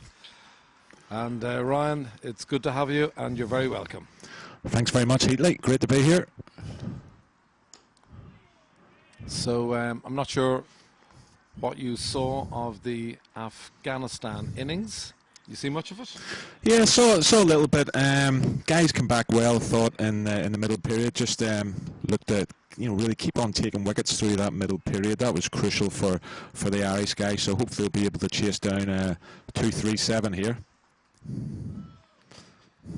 Yeah, it was. There was a little bit of a gasp around the ground last Tuesday when the skipper came out with Ed Joyce to open the batting, but it seemed to work very well. Yeah, new partnership this for Ireland. Obviously, two very experienced campaigners up the top, two left-handers, and really, it's just hopefully the guys can get us off the. And so it's Porterfield on strike. Just help around the corner for one there, but Porterfield looking for two. Good throw, bracken for the Shazad over the stumps. We were just saying earlier, this boy Shazad is. He's a big name in world cricket now, not just Afghanistan cricket. I think I'm right in saying that Hassan wasn't playing on Tuesday, but this boy's got a bit of gas about him. Yeah, looking forward to seeing how slips are. I've got two slips in place here, and keeper's quite a bit back, so let's see a little bit of pace here.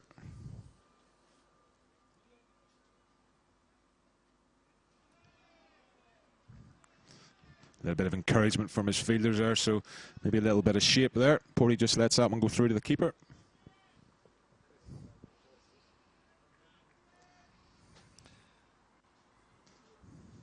You reckon Ireland would have been happy with chasing 236, 237?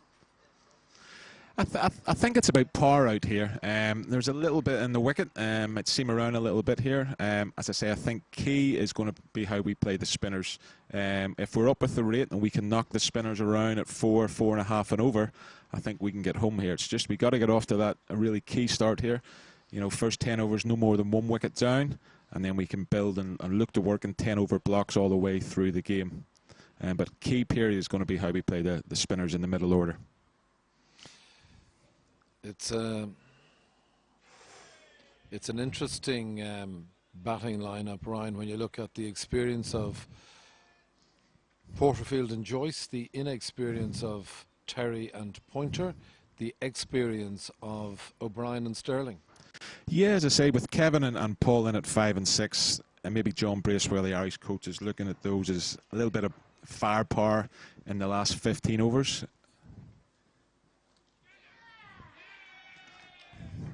Just as we say that, there, Wayne Porterfield's just chased a wide one. Good catch at slip.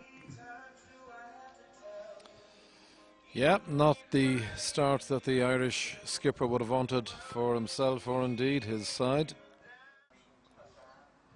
The incoming batsman for Ireland, Sean Terry. Very much so, Heatley. I haven't seen a lot of Sean, if I'm honest with you now. Reports from the 250 he got was an outstanding innings, but here we go with his first ball. And he's away nicely, just clipped that just in front of the square, looking for 2. Comfortable 2 there.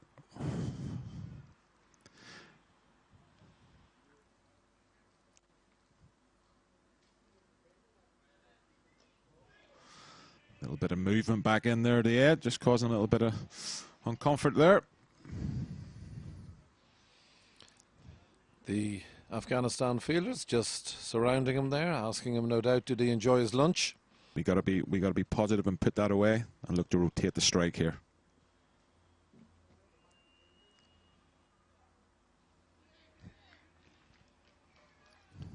And so we're in the 3rd over of the Irish innings. Ireland required 237 runs to win. Currently, they stand on 4 runs for the loss of 1 wicket. William Porterfield out in the 2nd over. Delighted to be joined in the commentary box by Ryan Eggleston. Great shot by Ed there. He's just clipped that off his, and that's gone for, has it? Oh, great stop out on the boundary there. The guys come back for 3. Brilliant bit of fielding. So I'm going to ask you a question or two. Well, I suppose we'll start with your own cricketing career, Ryan, and where it started for you. And then one day I saw my neighbour practicing a bit of cricket out the back, so thought I would join him.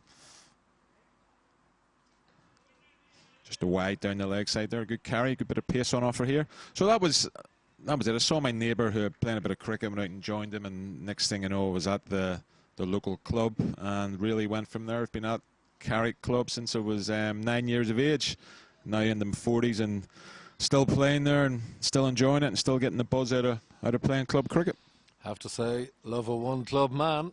We had a very busy winter period there, and the under-19s were in Kuala Lumpur in Malaysia.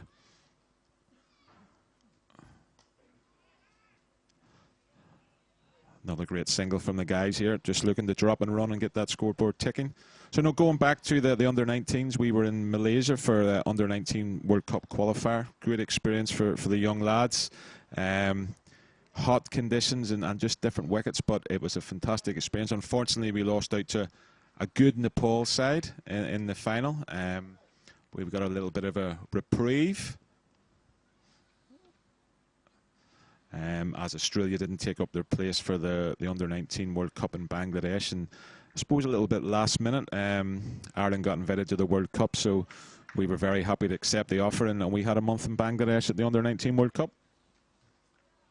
And a very good month at that, might I add. in a tough group, in a group with India and New Zealand, Nepal.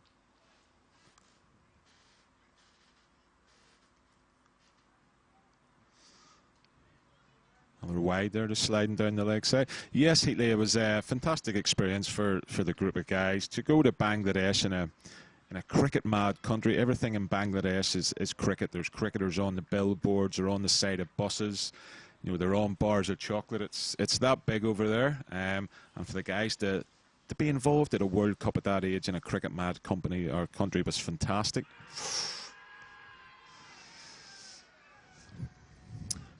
Just as we're talking about the World Cup there, unfortunately, Sean Terry goes again. It's just played back to one there. He struck on the back pad. And Ireland are 12 for 2. Yeah, certainly not the start that we'd have been looking for. Period for him to negotiate here. Ball's just doing a little bit. Ireland 12 for 2.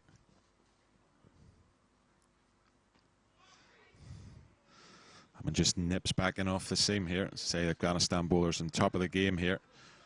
Shahzad has a quiet word there with Stu.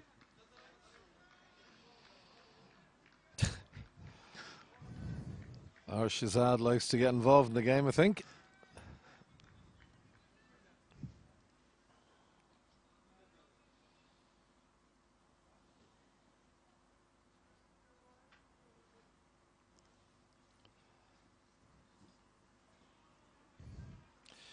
They've obviously done their homework here and just bowling that beautiful line and length, top of off stump, looking at fourth stump line and making it very difficult for the Irish batters here.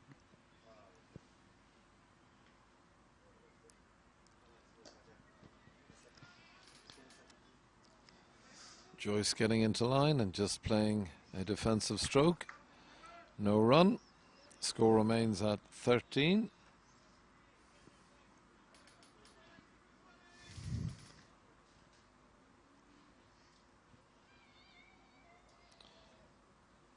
Perfect cricketing conditions this afternoon here in CSNI, Civil Service, North of Ireland Cricket Club. Beautiful venue, beautiful ground.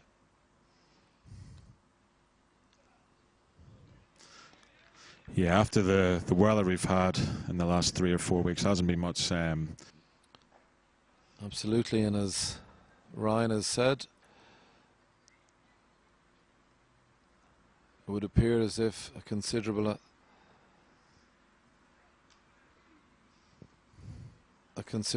amount rests on the shoulders of one Ed Joyce, who has been, no doubt about it, one of the greatest cricketers this country has ever produced.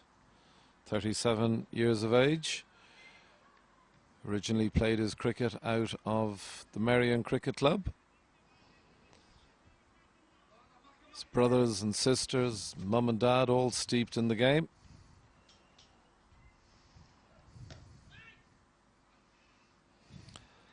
Currently playing his cricket with Sussex and plying his trade, as is his wont, enormously successfully. Just in that last over there, Heatley, I think that was the first short ball that I've seen from the Afghanistan guys here. They've been very happy to pitch it up. Just that short ball with the surprise tactic there, which Ed unfortunately didn't get away to the boundary. But you know, the short ball can be used sparingly. If there's a little bit of seam movement, we just got to attack that off stump line, and then they're looking to surprise us with that short ball.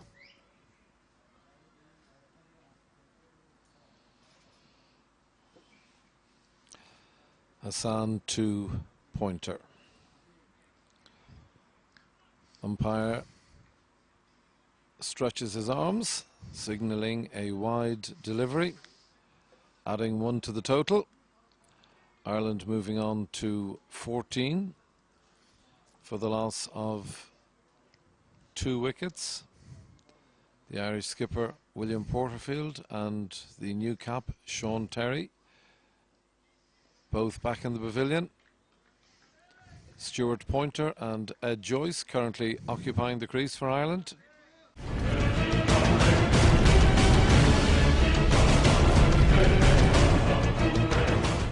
that you see at that level who go on to represent their country in the world stage is fascinating. So, you know, you've got the likes of Michael Clark and Virat Kohli, who've been at under 19 World Cups. I was going to be smart and say Virat who?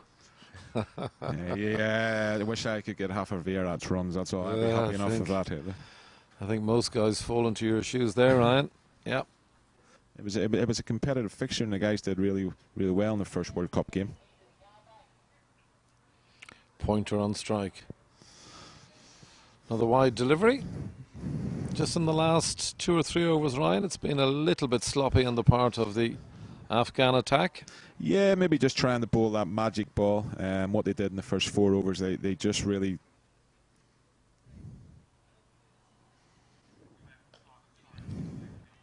Ireland will be frantic to try and win this game and level the series. I wanted to ask you, Ryan, you mentioned Bangladesh being 1 of 4. Your other 3 were where? Shane Getgit, who was on comment the other day, has actually been to 3 under-19 World Cups. That's an extraordinary achievement, really. I think Shane was at his first World Cup in Malaysia with me when he was 15. So yeah, great, something to be proud of for Shane. There, going to 3 World Cups. So well, yeah, a lot of the guys have come up through the ranks, Heatley, and have played under-19 World Cups, and it gives them that exposure on the world stage at a young age, which can only stand them in good stead. Well, actually, when talking to Warren Dutram earlier, Ryan, he talked about this pathway. And I suppose it's such an exciting time for young Irish players to have a pathway, which doesn't necessarily lead to them playing cricket across the water. There is now a real opportunity to learn your cricket in Ireland, be coached in Ireland, come through the Irish underage teams, and there is a sound structure in place for young players coming through. And there's that bouncer we talked about an over ago, which Joyce just swats away for 4. Just getting a little bit frustrated here, I think, now, the Afghanistan bowlers. Just the drop and run tactics we have. We've got the 1 run, and then once that happens, you can see the bowlers getting actually frustrated, and they try something different there with the short ball, and the man of Ed's experience just pulls that away for 4. Young 15-year-old boy with you in Bangladesh, Ryan. Yeah, Varun, a 15-year-old leg spinner from Coleraine in the northwest. Exciting talent. Joyce just plays a late cut there. He's looking for 2. A little fumble affords Joyce to come back for 2. Yeah, gone are the days when you're umpiring the club matches and you pick up 6 stones on the way into the game, and that's all you had. Bandages and all sorts. Doing a splendid job. They are here today. Umpires Ian Ramage and Roland Black, and looking ever so smart in their red and black attire. It's maybe some of the green and white army who have just returned home from the European Championships in France.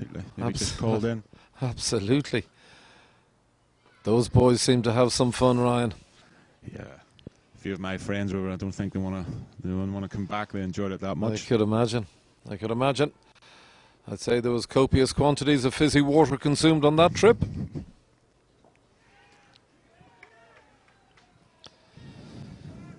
And that is the end, I'm afraid, of Stuart Pointer. Just picking out the man at short 45, really. And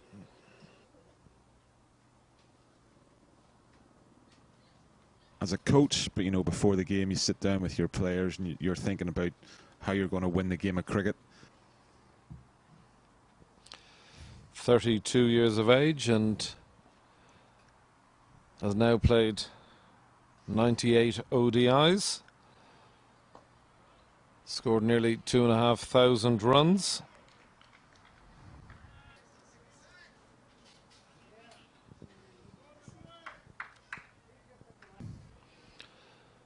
Absolutely, and no man is more capable, Ryan.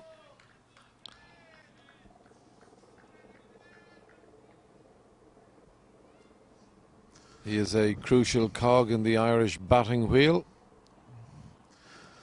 Umpire just having a word with the bowler there, just tell him to watch his follow-through area. Obviously getting very, very close.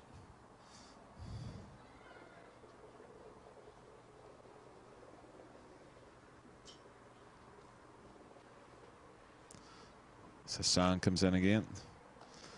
Joyce just works at the mid-wicket. Little slip of the fielder there, but they comfortably get 3 for 1. Actually did quite well to keep his feet there. He did. In the end.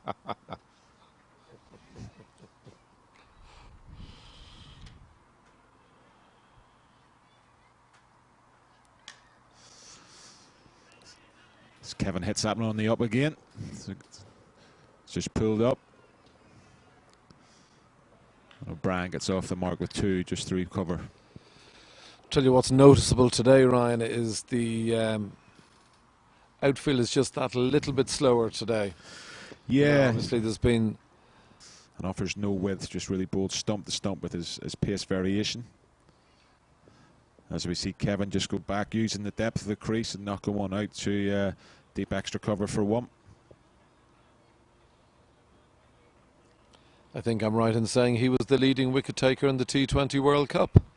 Yeah, he's, as I said, he changes his pace very well, but he's got a great Yorker as well. He can come on near the back end and surprise the guys with pace.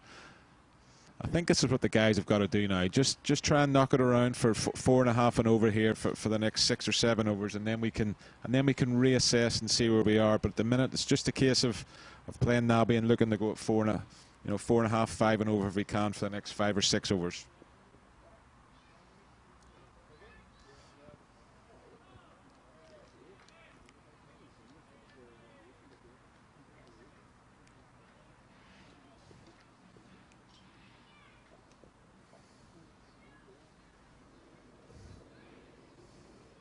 Kevin just does a little bit of gardening there. A little bit of gamesmanship going on here. Nabi ties the shoelace before he comes in.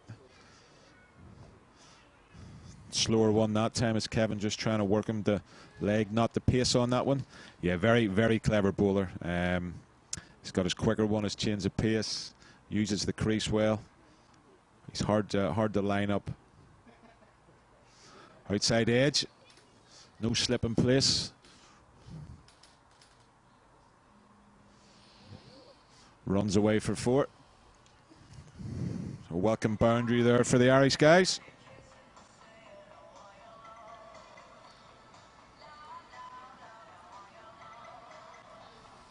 Nice to see such a good crowd here this afternoon.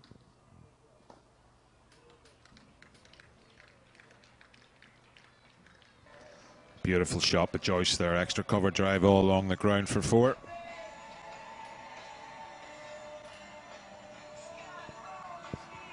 There's a bit of U2 belts out on the background here at Stormont. Rather appropriate song. Beautiful day. It certainly is. It's a beautiful venue and a great crowd here. I look over to my left and I think I see my old friend Davy Dennison over there sporting his shades. Former Irish international. Associated with the Waringstown Club. Irish under-19 lead coach. Former Irish international, Carrickfergus, Derbyshire. It's great to have him with us, a man with his experience, a man who loves the game of cricket, knows it exceptionally well. Ireland moving on to 47 for 3 now. O'Brien on strike, just squeezes that square of the wicket, just a single. Yeah, Kevin using good depth of the crease here. He's got that little forward press, and if he sees that a little bit short, he can press and get back in depth of the crease and hit the sweepers hard and look to put them under pressure. As a long on goes back for Ed Joyce.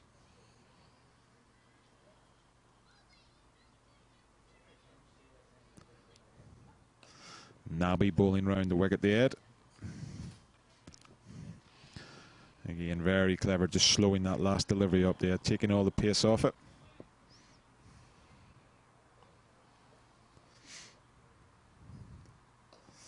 Almost identical ball again. Joyce happy just to prod forward, no run. Ryan was talking about the balmy conditions earlier in the day, and they certainly were that. It was a glorious day here, just as we speak. Just got a little overcast, a little dark, just a little murky. I don't think we're going to get rain. Clouds look high in the sky to me. You know this ground well, Ryan. Are we going to stay dry? For the first time this summer, I'm quite confident there'll be no rain today. I think we'll get a full day's play in. Very good over from Nabi there, just the two of it. 28 years of age, having played 39 ODIs for Afghanistan. Quick single from Kevin O'Brien. Hit that very cleanly to mid-off, but good early call and safely home. Yeah, we were just talking about Ashraf earlier on, Ryan. He's a good all-round cricketer, this lad. Yeah, I was listening to Andrew White in commentary the other day, and he was talking about potentially looking at a few overseas professionals for his clubs over here, and some of these guys are fantastic cricketers. And I'm not too sure with the amount of cricket that they play now, we'll be able to get any of them over to play as a professional, but some real exciting talent in this Afghanistan side. Very impressive. The whole Afghanistan cricketing story it's just a fantastic story, Ryan. You know, when you look at what they've achieved really in 5, 6, 7 years. You know, they've come through the associate ranks, and it's probably fair to say the two best associate playing countries in the world are playing in front of us.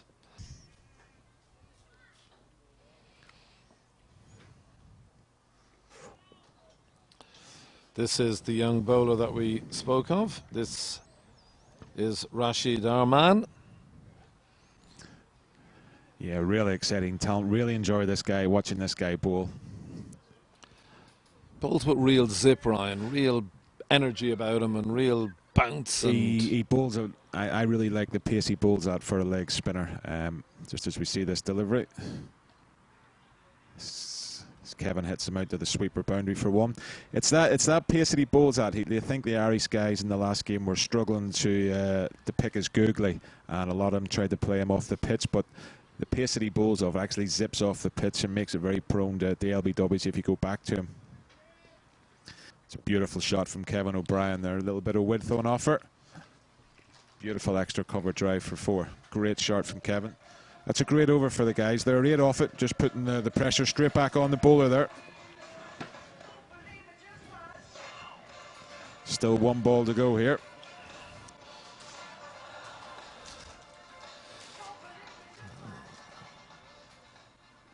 Don't want to get chirpy, don't want to get too uppity, but it has been a particularly good over, perhaps one of the best overs of the game from an Irish perspective.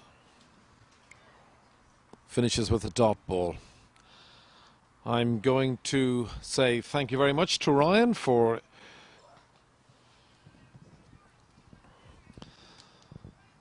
and so we're in the 16th over. Ireland require 237 runs to win. Earlier on in the day, Afghanistan won the toss, selected to bat, and having done so, amassed a total of 236.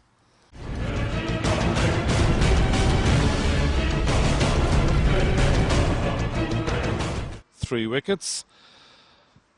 And it gives me great pleasure to welcome into the commentary box Ross McCallum, Chairman of Cricket Ireland. Ross, you're very welcome and good afternoon to you. Good afternoon, Heatley. Great to be here. It's great to have you. Beautiful cricket shot. Glorious cricket shot there. Kevin just leaning into that and driving it down the ground for 4 runs. And so it's Ashraf to O'Brien. Lovely shot, well fielded, good cricket, 1 run. I suppose one of the questions, Ross, that Ashran starts, stops, goes back to his mark. Mirwaz Ashraf, very good cricketer, 28 years of age. Comes in, bowls to Joyce. Fumble in the field. Ireland take a single. You mentioned there briefly, Ross, the strategic plan that Cricket Ireland O'Brien drives down the ground. They look for two. They'll get two. Good running. And I think that if you look at the what we're trying to structure now, especially with the importance of the elite academy, with the structures that have gone in underneath that from the provincial unions who are doing an excellent job, the NCU, Leinster, Northwest. In the second over, Sean Terry departed soon after. And that is a glorious, it's a beautiful cricket shot from Kevin O'Brien. Trying to unsettle the bowlers here. We give an option to the young guys that are coming through, not just from a playing point of view, but also from an educational point of view with regard to linking in with the various universities, both north and south, and endeavouring to keep them in the country. But for us to do that, you know, we needed to have the correct interprovincial setup, which is vitally important with multi-day cricket. Now, whereas I would say it's not, we haven't perfected it as yet. I think we're heading in the right direction. We need, as I say, to get more games at the top level against full members, which we've been successful in doing, and more of those will come. And also now we need to concentrate a little bit on our A squad, because realistically those are the next people who are going to play in the senior squad. And I think, you know, if you look at some of the young guys that we have that are coming through, I think the talent is certainly there, but it's up to us to get the best out of them with the talent. Absolutely, and one of the names that has cropped up today, Ross, is the name of Toby Radford, who is a new appointment to cricket on these shores. He is heading up our elite academy. Yeah, absolutely. I mean, I think the elite academy is absolutely critical going forward, and it's getting the right people who are working in that academy. I mean, Toby comes with vast experience, and I think he will bring a lot to the academy through the experience he has had. I mean, on the back of that, I think that even if we look at today's squad, probably Peter Chase has come through the elite academy. Tyrone Howe has come through the elite academy. So it is starting to filter players through, but we need to have the games for the players to play, and I think that's where the importance of the interprovincials comes into play, because we had such a big gap between club cricket and the next level, which was Ireland level, and I think that it's taken us a little while, both players and as administrators, to get our heads around it. But I think that hopefully, I know there's still improvements that we need to make, but hopefully it's heading in the right direction. And getting cricketers multi-day cricket is absolutely vital, because you know, you just can't, if your aspirations to play Test cricket, you have to have the preparation for that. You just can't rock up and play a 5-day game of cricket without any preparation for that. So that's why the interpros are very, very important. It's Joyce on strike. Joyce pushing it to mid-wicket, no single. Ireland 79 for 3. We're in the 19th over. It's been a good partnership, this. Joyce just slightly disturbed by something that's happening behind the side screens. Youngsters playing cricket, no doubt. Whilst we encourage them to play cricket, do so away from the side screen, boys and girls. Yeah, the other thing, is that you alluded to earlier on, the importance of these matches and the series that it's currently playing. I mean, Afghanistan are now a very, very good side, on a top, without any doubt, one of the top sides. I think they're currently sitting number 10 or 11 in the world in ODI, so they have proved themselves. So, whereas it's always great playing marquee games against the top teams, we always need to look after playing these games as well, because they're equally as important. And following on from that, I mean, to have 5 ODIs it's terrific, isn't it? Oh yeah, it's fantastic. You know, we're trying to move away from the 1s and 2s. And I think 5 ODI series is the way to go. Hopefully we will reciprocate and probably we're looking at going out to play Afghanistan in the early part of next year. And also we're looking at trying to either engage Zimbabwe coming over here or us play them this winter.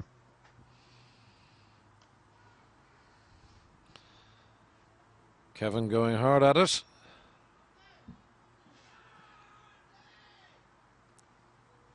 Big appeal, but not out. Well run Ed Joyce. 2 runs to the total. Certainly will try and fit as much club cricket in as possible, but there will be weekends obviously where I'll be tied up and I'll not be able to see anything at all. Well, fingers crossed, all being well, perhaps in that 14-man squad was one beautiful shot from Ed Joyce. Quality shot, just rocks back and hits it for 4. Quality shot. I was saying when the 14-man squad was announced, one of the names was Mark Adair. Mixed being that you're not wearing the green of Ireland, which I'm sure you would love to do and will do, and I hope in the very near future. That must have been upsetting when you first got in and then had to pull out. Yeah, it was disappointing, but obviously it was very exciting to be picked first up. That's a good shot by Kev over extra cover. Yeah, as I was saying, it's disappointing not to be picked, but everything sort of happened within 2 weeks. So to be given everything you wanted and to be taken away is quite, yeah, it's quite disappointing, but I'm here now. Great. Well, it's particularly good to have you now. I suppose we'll go back to the beginning, Mark, of your own cricket playing career. Tell me how and where it started for you. For me, it started down at the Sea Park Oval, down in Hollywood, where I started playing under-11 cricket probably at the age of 9. I played with my dad and my brother Ross. Then from there, worked my way up at Hollywood, playing NCU stuff, NC underage cricket, and then eventually Irish under-15 cricket. Then having left Hollywood to go to civil service. Yeah, it's always interesting to talk to young guys such as yourselves to hear the pathway to sort of playing cricket professionally. I mean, was it something that you always wanted to do? You wanted to be a professional cricketer? I think I knew I wanted to get into professional sport, whether it was cricket or whether it was rugby. I was never sure as a 15, 16-year-old. But yeah, ever since I've made the decision to play cricket, I've been very happy with it. So you are still a young guy, but as a younger guy, rugby obviously was something that you really enjoyed? Yeah, played rugby throughout school, and the school system up north it's good for rugby, very good. We played Medallion Shield competition, which we ended up winning at Sullivan, and then got to the final of the Schools Cup. I remember that. In my final year of school. Yeah, it was just a great experience. Yeah, wonderful. Thinking about Ireland stuff. And having got the call, who was the first person you text or called? Had to be. We've got a family WhatsApp group, which is pretty active. Okay. Yeah, so I messaged into that. I was like, just let you know, guys, I've been picked for the Afghanistan series, and yeah, I think a few of them didn't know if I was joking or not, but you know, it turned out to be true, and they were happy enough. I'm sure.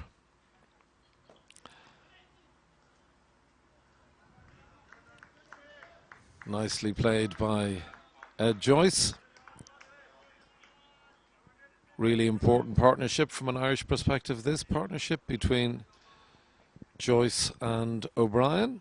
Ireland just past the 100 mark, now 102 for 3. We're in the 23rd over.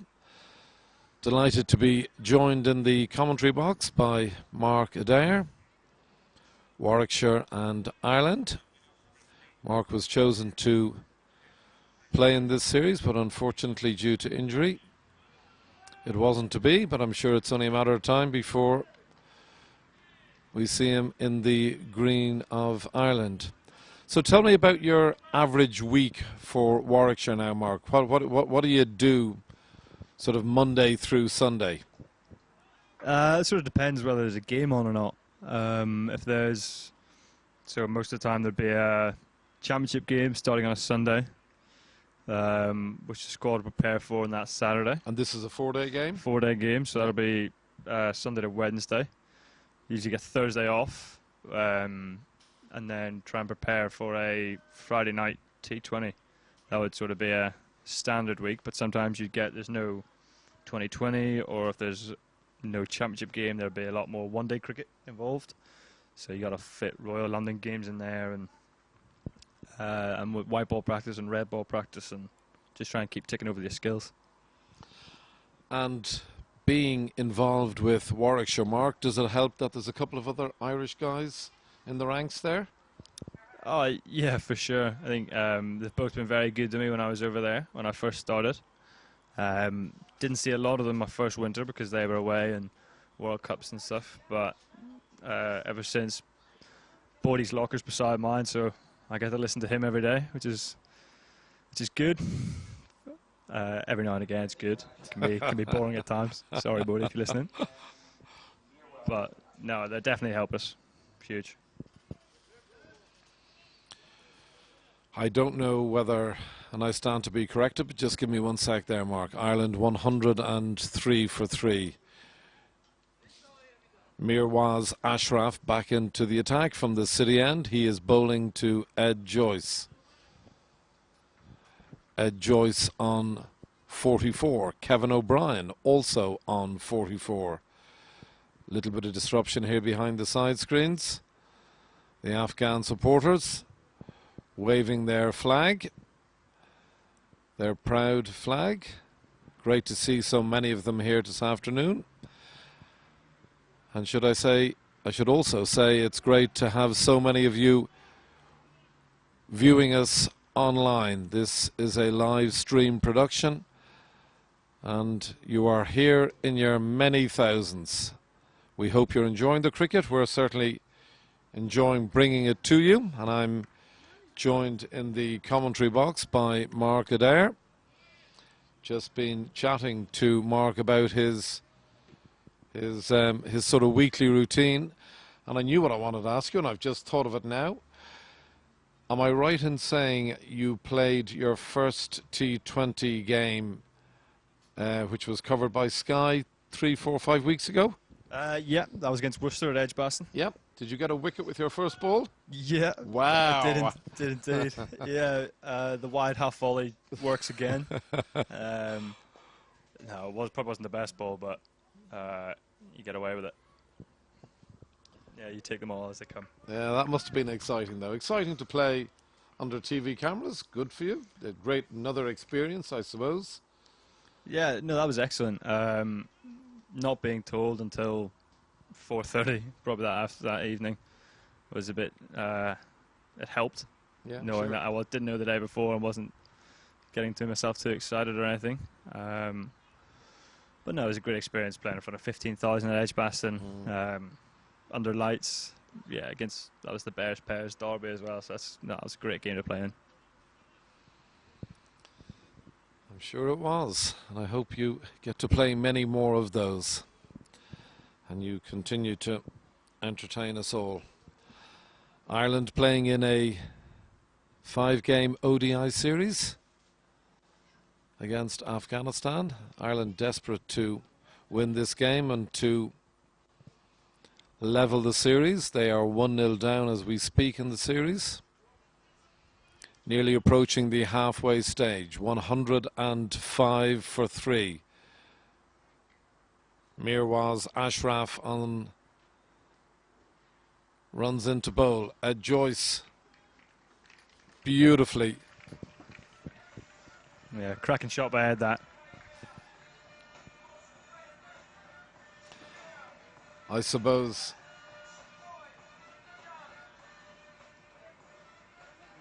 you would have grown up, Mark, watching Ed Joyce. I mean, he really is a quality cricketer, isn't he? Yeah, he's top class. I actually grew up doing the covers over there with Philip McCormick. Got to compliment Philip and all the ground staff here in CSNI, because Yet again, under very difficult circumstances, they've produced a quality wicket within a quality ground. Yeah, couldn't agree more. Yeah, he's a great man. Did you play an under-19 World Cup, Mark? Never qualified for the World Cup. Played in a qualifying series out in Holland. But no, we never qualified, unfortunately. Okay. What age are you now? I'm 20. 20, okay. So, you studying during the winter months, or what goes on over the festive period? So that's 50 for Ed Joyce. Very well batted. Yeah. Quality innings that from Ed Joyce. Ireland. It's back-to-back 50s, isn't it, for him? Yes, absolutely, yeah. And again, worked on the ground by Kev. I think these two have rotated the strike really well. I think of the spinners in the middle overs here have played a really good part.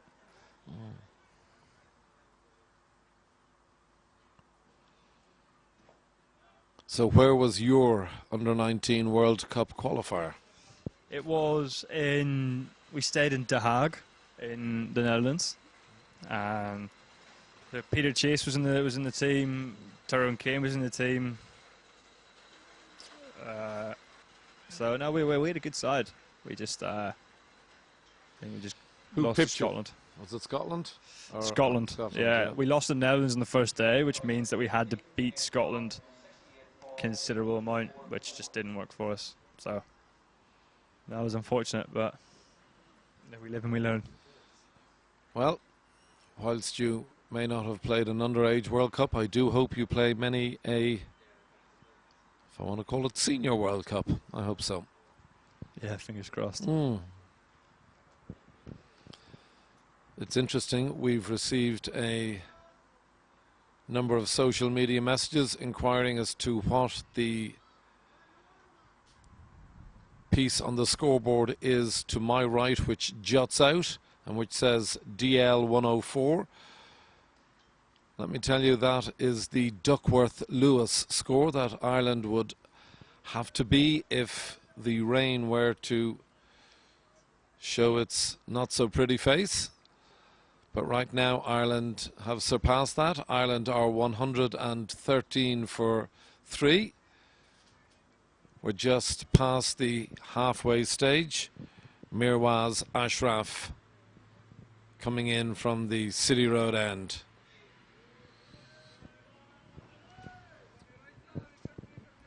Shazad is a colourful character behind the stumps, Mark. Yeah, he seems to be making plenty of noise anyway. Good cricketer. Yeah, very good cricketer. Superb cricketer.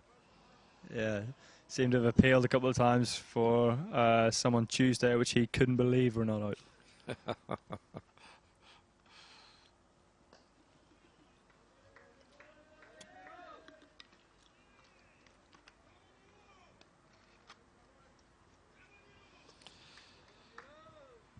In the cricket that you've played, Mark, have you played much Hanley Energy Interpro cricket for the NCU?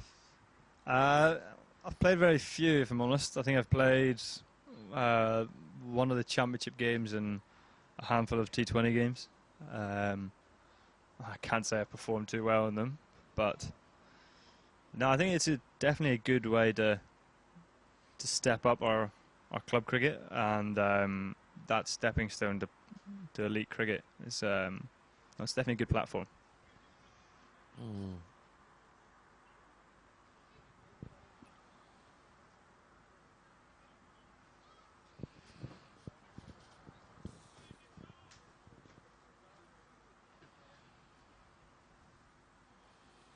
Ireland 114 for 3. Joyce 52 not out. Two's the call. Good running by Kev. Excellent running. Kevin O'Brien moves on to 49. These two have batted well, Mark. Yeah, I think they've both shown their showed their experience in cricket. I think knowing that the score they've got to chase is very gettable, they haven't taken too many risks and just played. Yeah, and again, another single from Kev. I think that's 50 up for Kev. And that brings Kevin O'Brien's 50 up. Hot on the heels of his colleague Ed Joyce.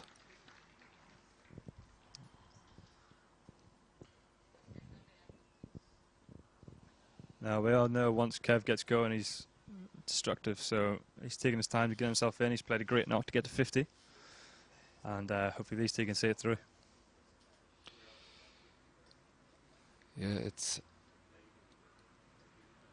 certainly a very important partnership, this.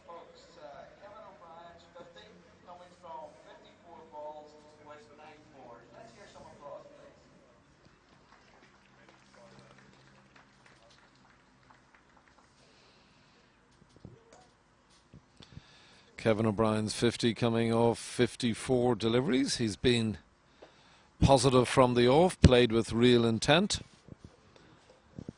batted exceptionally well.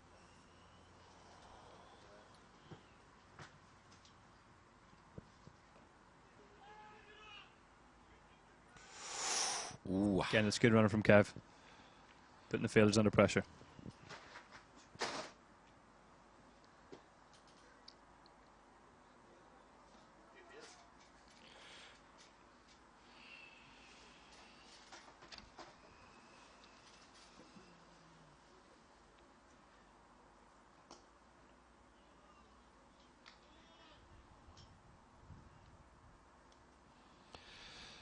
The very experienced Mohammad Nabi, former captain of Afghanistan, bowling now from the Dundonald end. So it's Nabi to Joyce, the left-handed Joyce. Just pats it back to the bowler.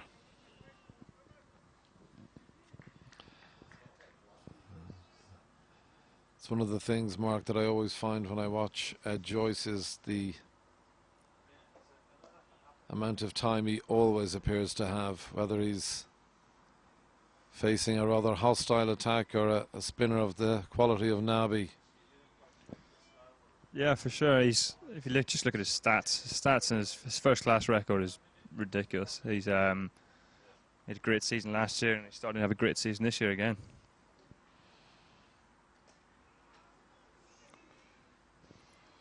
Kevin just chipping it over the bowler's head for one. A cry of anguish from Nabi. It's a great 4 days, the Open Championship. A lot of really good Irish golfers. Especially one from Hollywood. Well, I think he's pretty useful, all right. Teeing it up in Royal Troon today. Haven't heard any scores. Do you hear anything? No, I've heard nothing. I think my phone's been dead all day, unfortunately, so I'm struggling. No probs. Kev's just called for a bit of a towel for his face. Yeah. All the singles are making him a bit sweaty. Yep.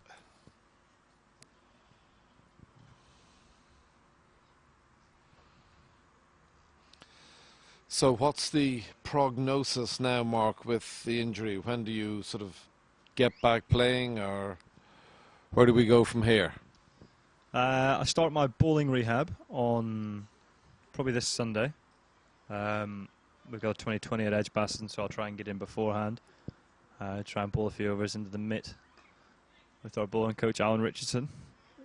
Then just slowly, gradually build it up from there. Try and get up to bowling 2 spells of 5, playing club cricket even, just to try and get myself back bowling again, and then be good to go again. So I think it's probably going to be about a week and a half, maybe 2 weeks.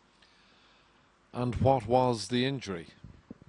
I think it was a couple of things. So I had a bulging disc at the very bottom of my back, which was just bulging onto the S1 nerve. So that was causing the pain. But no, I got an epidural, which sorted that out.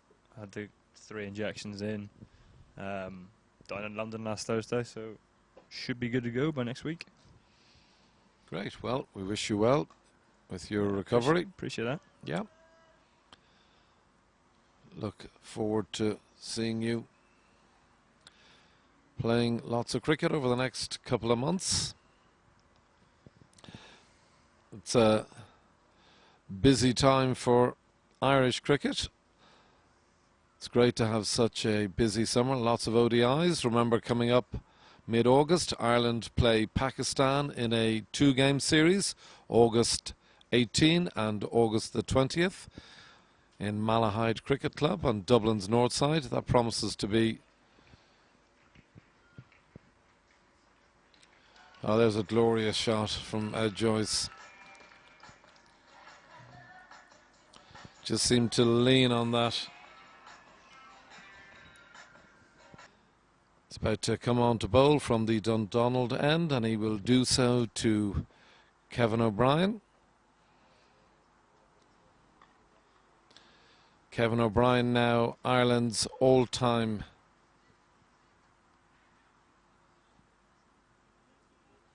record cap holder.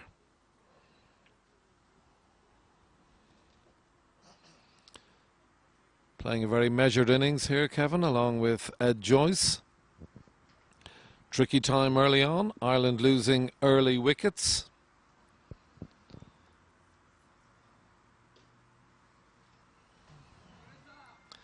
Things gone a little quiet in the field.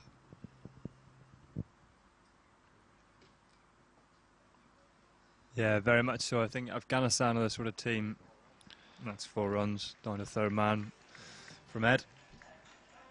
Yeah, Afghanistan are the type of team that if you can get on top and stay on top, then they can go very quiet. But once they get a sniff, they'll be jumping around the field and making plenty of noise. Yeah, I was speaking to Ryan Iggleston, Mark, before you came on air, and the Irish under-19s played Afghanistan in the under-19 World Cup earlier on this year, and the exact same, you know, once you get a chance to quieten them at all, it seems to have a slightly demoralising effect on the team. But when they're on top, they're all over you like a rash, really.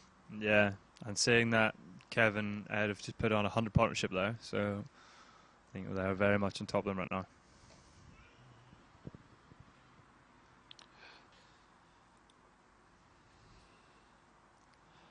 Ashraf to Joyce. Joyce just guides it down to 3rd man for a single. Delighted to be joined in the commentary box by Mark Adair. Mark was originally selected in the squad for this series, but unfortunately, due to injury, had to pull out.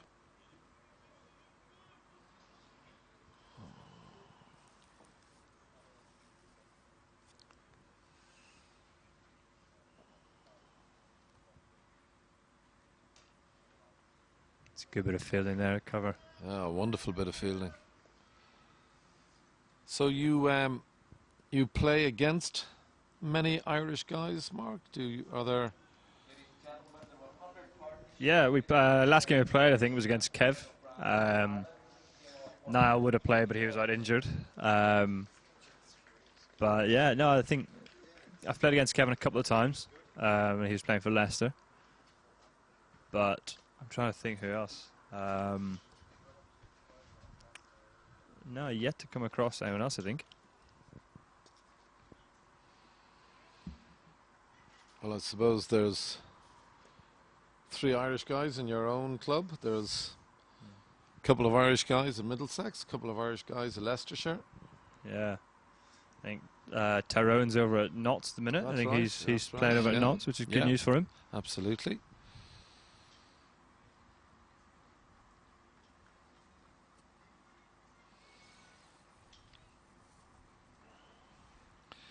Game just gone a little bit flat in the last 3, 4, 5 minutes.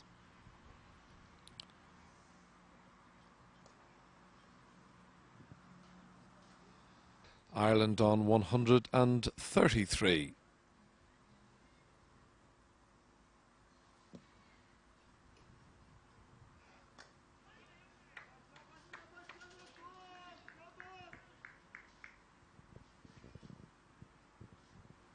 I think the Afghanistan bench are trying to get the support out to the players because they've noticed they've gone a bit flat. Yeah, absolutely. But hopefully the Irish lads can stick through this and keep putting the runs on.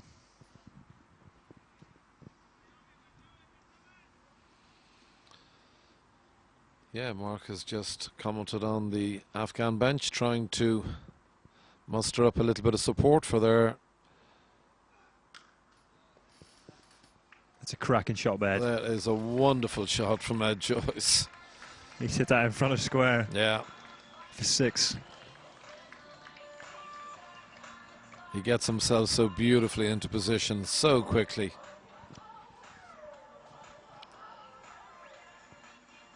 That's now less than 100 needed. Actually not too dissimilar in one sense, Mark, to last Tuesday's game where we needed... Bar taking 9 from it.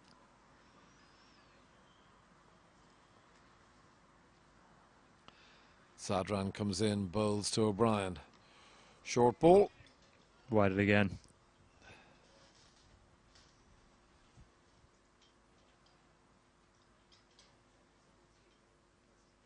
O'Brien, hand on hip.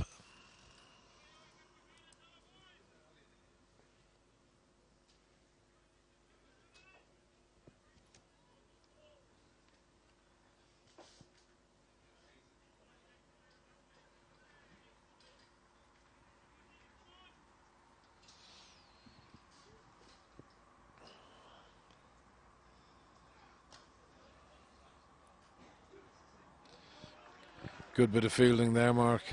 Yeah, good shot by Kev. Well stopped. Absolutely. Today.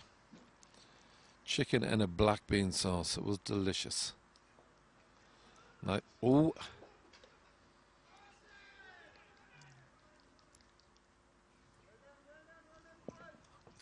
They've been sharp in the field, the Afghanis. The sense that they could squeeze a run out here. There's been a couple of chances now.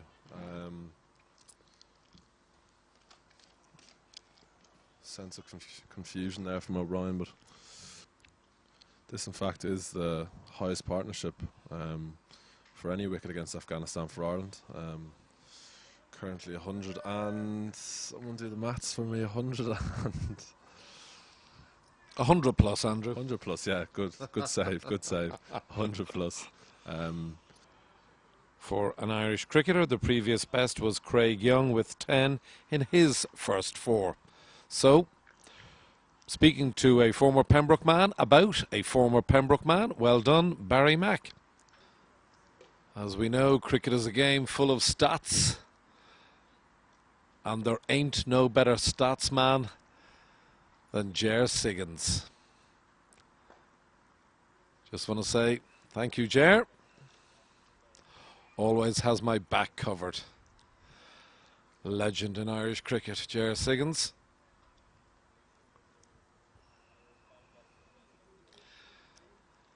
Ireland heading towards the 150 mark, 147 for 3.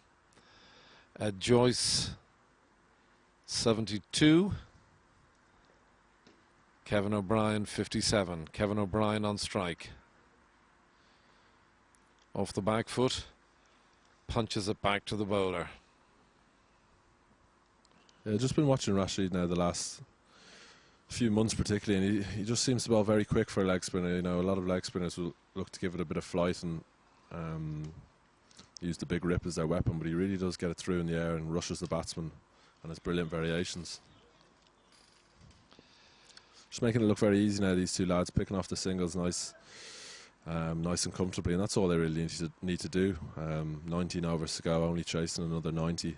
You know, they'll be well aware of what happened the other day, and there was a collapse of some sort, but if these two can keep working the singles and the twos and then putting the bad ball away, we should get home comfortably enough. But like I said before, there's still plenty of cricket left in this game, and a couple of wickets can change the game, but let's hope that these two continue the way they're going.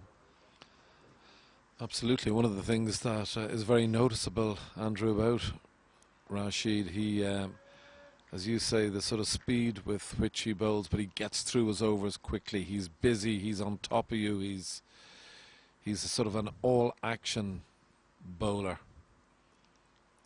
He's done really well. Bowled super.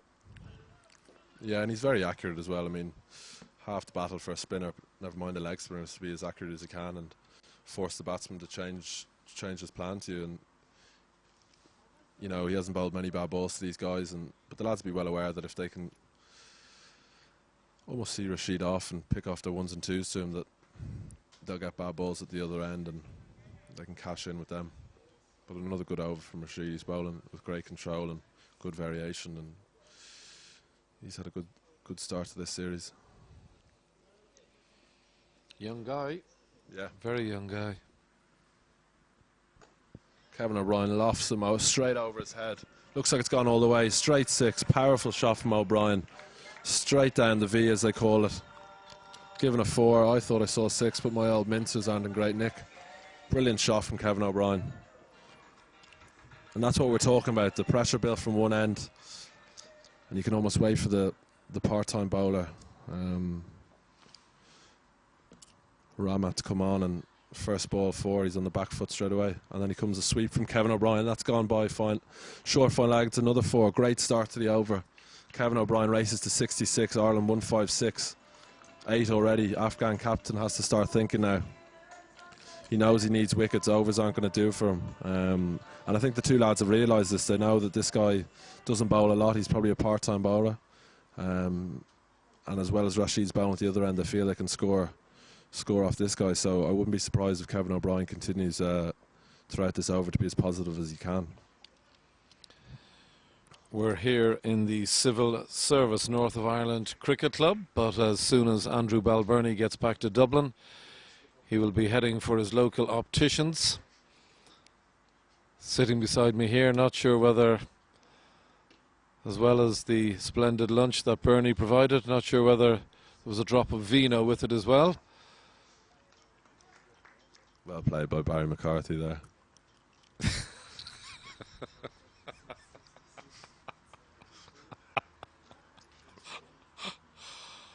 Pot kettle. Yeah. Come back well here, Ramat. He was under pressure with those first 2 balls going for 4, but he's followed it up with 3 dots. You know, maybe Kevy knows they've got their 8 for the over. If he can pick up another single, so that's 9 from the over without even trying too hard. And it's exactly what the doctor ordered.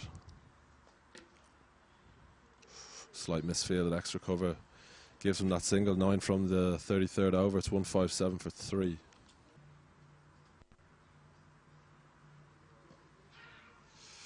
And our stat man, Ger Siggins, has just informed us that the boundary Kevin O'Brien brought up last over is brought up the highest partnership in ODIs for any wicket on home soil, which is an incredible stat, and hopefully they set an even bigger record with a bigger partnership.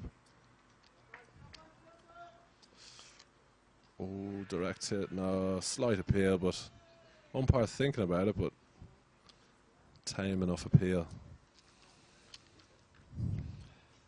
Kev with the top of his bat just. The tight single misfield. Ooh. Bowler frustrated. These are singles that they can't really afford to be given away. You know, these guys are in the ring for a reason, and Kevin O'Brien and Ed Joyce are just picking up their singles quite easily and pushing this raid on along nicely.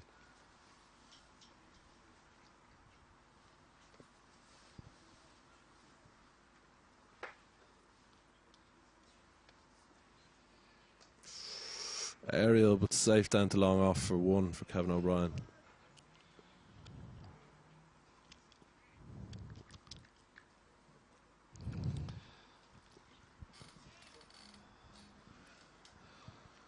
Just talking about other sports prior to you coming into the commentary seat. You hear anything about the golf today? You hear any scores? Any Irish guys doing anything? Shane Lowry is 7 over, unfortunately.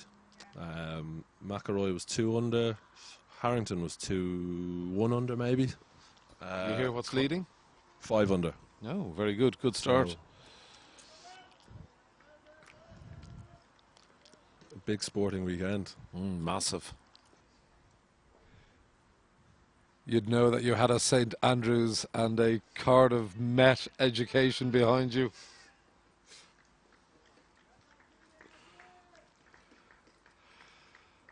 I just hope Arthur Gotzel is listening, your former headmaster. He'd be very proud of you, Andrew.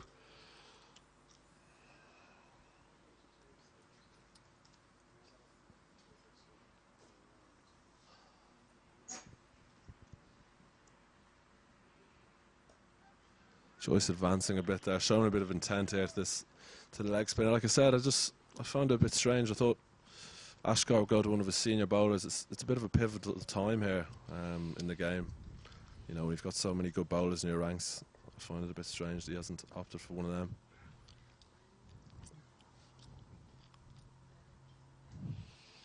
I feel for the Afghans, though, if they want to get themselves back in this game, they're going to need a wicket.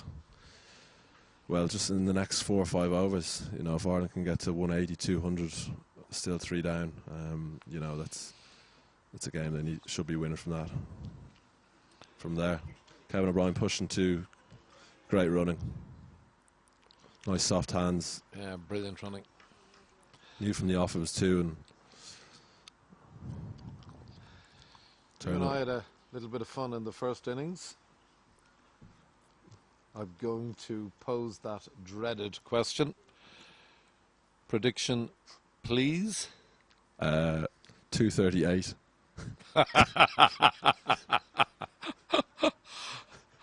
I hope your prediction is correct.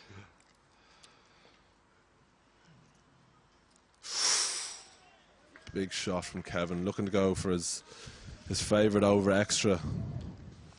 Just did him a bit in the air. Sharp effort from Shazad behind the stumps. Well bowled.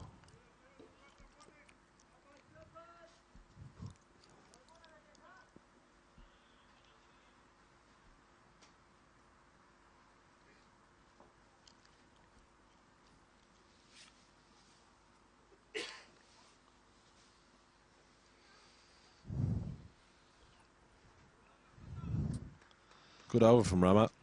It was a good over. Proved me wrong. Take a second drinks break here. 164 for 3.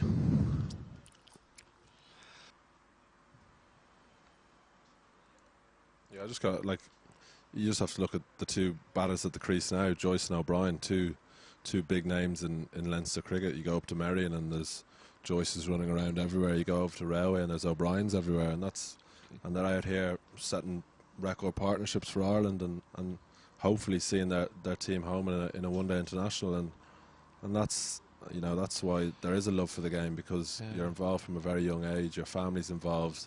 You're down there as much as you can, and just look at the situation we're in now. Two big family names in Leinster cricket are doing a job for their country, and that's why you play the game. And it's funny, we were talking to a former coach of yours, Ryan Eggleston, earlier, and this year at the Under-19 World Cup there was 3 sets of brothers, apart from your own club as well. Yeah. Single to start off proceedings post lunch, post drinks. Yeah. You had the McClintocks, the Tuckers, and another family. Yeah. Ireland now 165 for 3. We're in the 36th over, and Ed Joyce batting beautifully here today, as he so often does, as is his partner at the crease, Kevin O'Brien. Kevin on 72, Ed on 75. Make that 73. It's pushed down the ground.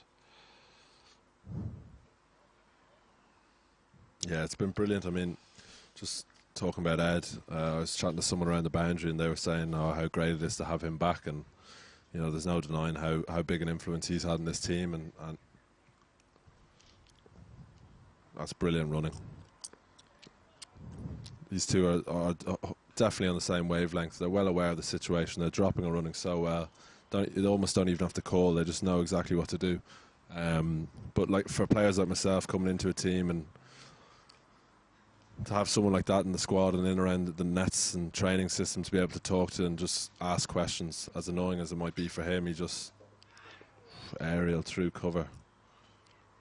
Played a couple of aerial shots now the last few runs, Kevin, but he's getting away with it, and he deserves to get away with it because he's been so good today so far.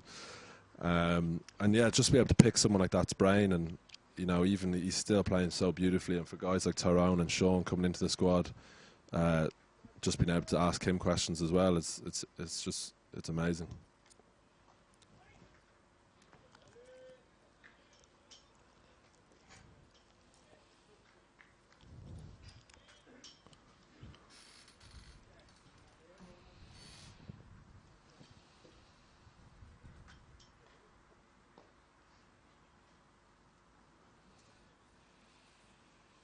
Fumble in the field, another single to Joyce, another run to the total.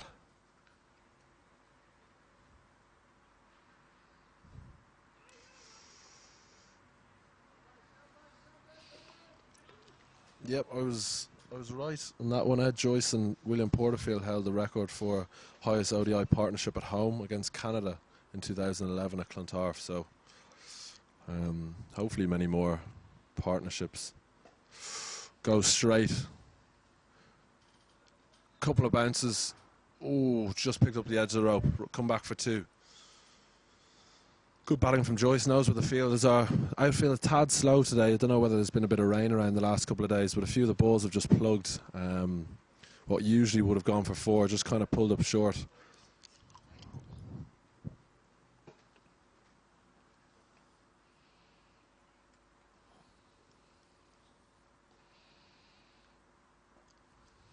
Yeah, they seem to be definitely trying something here to this leg spinner. They know Rashid.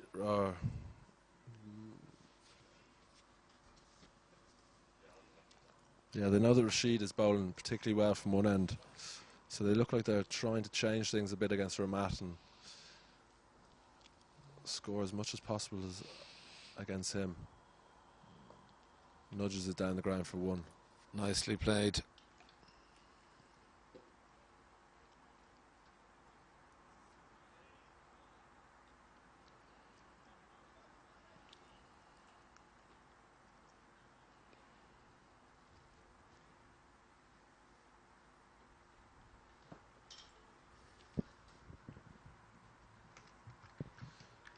Kevin O'Brien taking his time here, assessing the situation. Comes down the pitch. Powerful shot down the ground, just dropped short of long off. In the air for a while, but never really threatening. Delighted to be joined in the commentary box by Irish international Andrew Balbirnie. There it is, there's the breakthrough. Kevin O'Brien hits it straight to extra cover. Dowlett's first ball back. He hit it well, but just couldn't get it into the gap. Kevin O'Brien goes for 75, a key time to get a breakthrough. He'll be sick. 75 and looking so comfortable at the crease. The changer bowler works. Not a great delivery if you look at it again. It's short, it's a bit wide. O'Brien's he's hit it well, but it's gone straight to the man at extra cover. Not a time to lose a wicket. I think every game for Ireland to date, bar this week, he's opened the batting, so it's a different role for him. He's had a couple of games for Middlesex in the middle order in four-day cricket, and it'll just be interesting to see how he goes. He's obviously a class act. He's one of the hardest hitters out there, if you ask me, and I'd obviously be biased, but yeah, this is a situation he wouldn't be used to. He wouldn't be used to coming in and field out. You know, he's always opened the batting where the fielding restrictions have been in play, and he's got two men out and a new ball, a hard ball coming off the bat. So, you know, this, like I said, this is a bit unknown territory for Paul. So hopefully he can, you know, get his head down. Like I've said before, he's got an experienced head at the far end who'll talk him through every step of the way. But Paul himself is as experienced. So let's hope he can see us home. Dowlett running in now.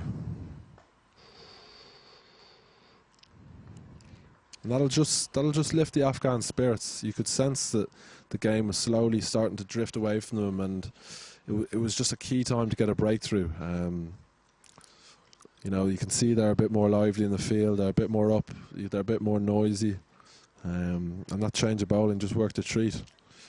It's amazing how comfortable, you know, O'Brien looked there. It wasn't a particularly good ball, and it's just a tad lapse of concentration, and it's cost him his wicket. Big shot from Sterling, looking to hit that over mid-wicket, second ball. That's the sort of game he plays. No matter where he's going to bat, he's going to, if it's there to be hit, he'll hit it. And that's the, I think, the Paul Sterling we all know and love. He's not going to hold back. If it's there to be hit, he certainly will hit it. But he just missed the length there and maybe held up a bit on him. Ireland 173 for 4 now. Paul Sterling and Ed Joyce at the wicket. 64 runs needed for victory. We are in the 38th over. Really interesting phase in the game, this.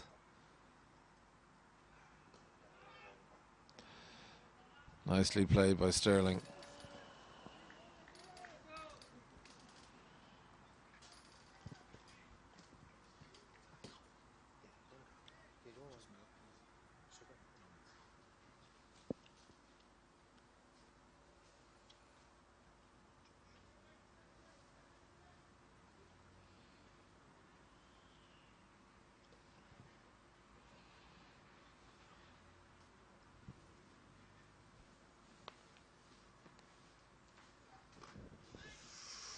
Good bit of fielding at backward point. Sterling squirts, gets a single. It's good over this from Dowler. He's come back very well. Only one from the over and a wicket.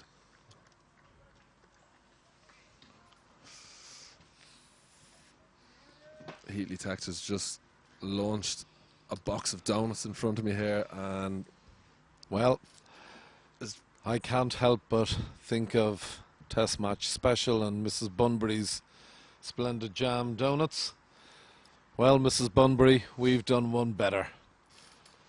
We've got jam donuts and good selection, yeah. Yeah, apple pies and chocolate donuts. Beautiful. Can't wait to get stuck in now. Need a little bit of sustenance to get us over the line here. 174 for 4. Chasing 237. And my rehab's gone back a week.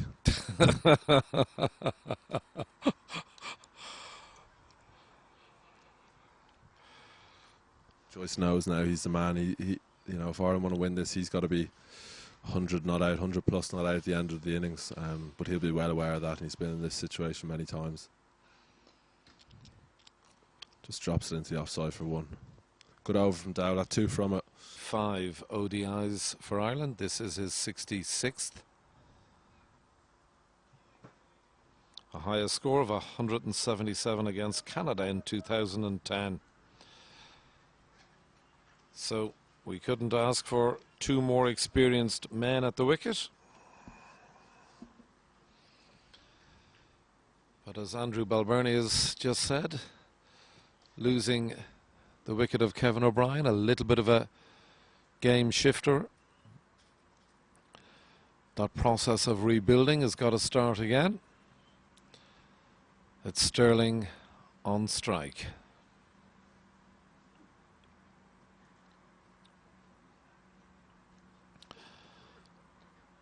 Nicely played. Yeah, it's been a brilliant area for Ireland today, the run between the wickets, particularly in the ring. You know, there's no doubt that they've discussed this in team meetings and stuff, that they can pick up singles where they wouldn't usually in the ring, whether they're sitting deep or not. Just small things like that. Again, there Joyce just nudges it into the offside for 1.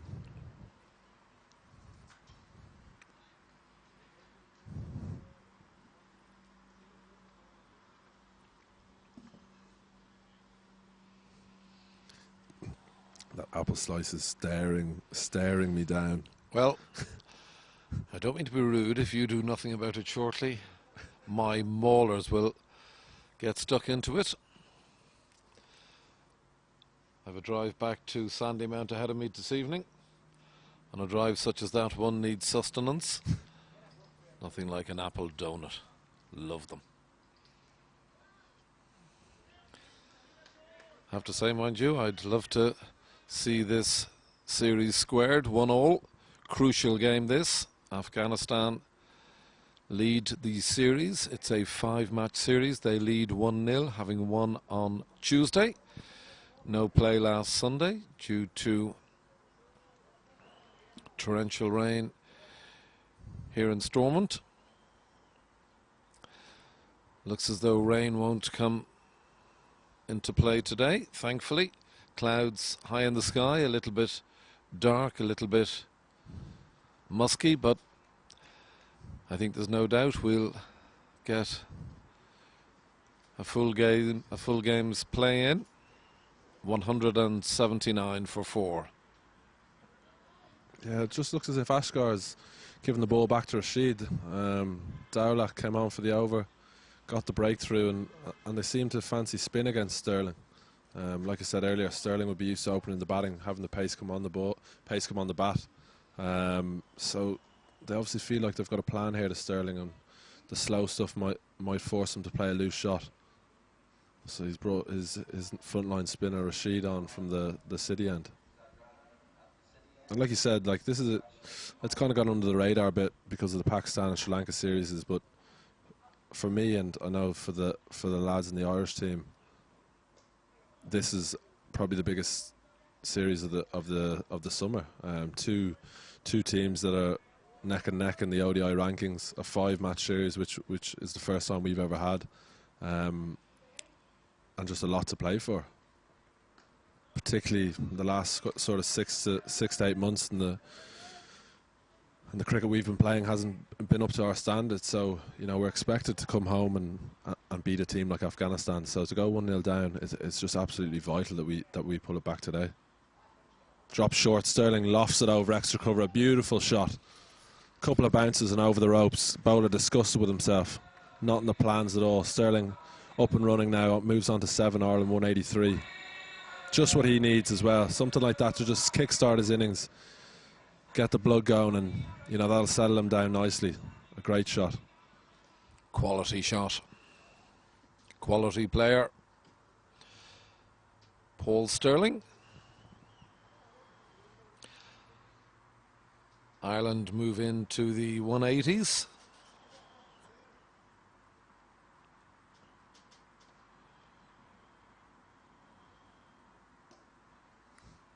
Great hands from Sterling, just drills it out to deep extra with ease.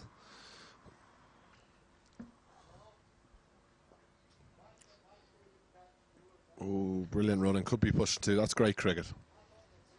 He's barely hit that Joyce, but just enough so they can rush 2.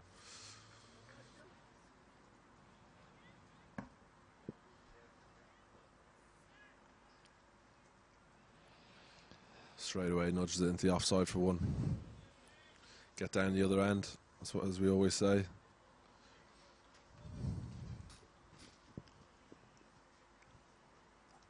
Surprised they don't have a slip in for Sterling. He's relatively new to the crease. They need to take wickets.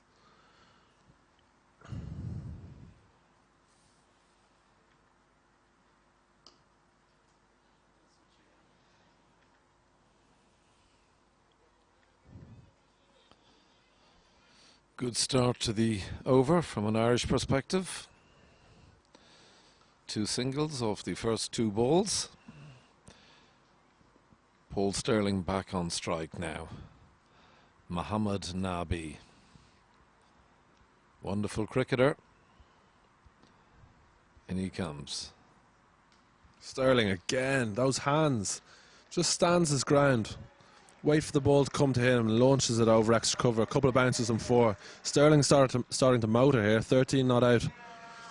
2 boundaries in the last 2 overs. 6 from the over. Nabi on the back foot. Sterling at his best. Just using his hands to guide it over extra cover. A brilliant shot. 41st over.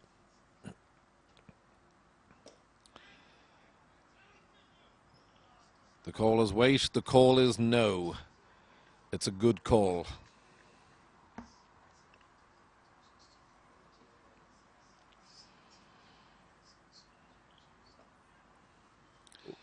Oh, beautifully played. That's going to run away, I think. Another brilliant shot from Joyce. Splits the field, another Yeah. 4. Great over so far from Ireland. They're really getting on top of Nabby here. He won't like that one bit. You know, Ashgar brought him on for a bit of control, hopefully to get a wicket, but he's leaked a couple of boundaries here, and Ireland are edging closer to that 237, 197 for 4 from 40. The pressure right back on Afghanistan. Ireland don't need to do a lot here. Just continue what they're doing, picking off the singles. They're going to get bad balls, and they're putting them away. Sterling 14 not out, Joyce into the 90s now. Not his first time, but it's such an important knock here from Ed Joyce. He's doing a brilliant job. As are you, doing a brilliant job. Delighted to be joined by Andrew Balbirnie, Irish international. Ireland edging their way towards 200. The music man is also on fire today. We're going from the drop kick Murphys to Neil Diamond. Change of bowling now from the City end.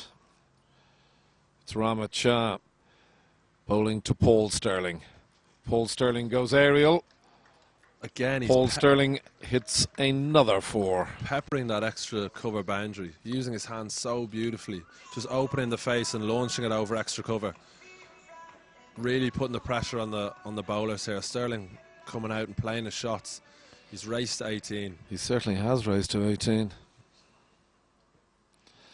And And that brings up the 200, Andrew. yeah, and just to get over that 200, to kind of, you know, it doesn't make much of a difference, but for the batters out there to look up the scoreboard and see we're past 200, it's just nice to see that, and you know, you can start counting down in tens now.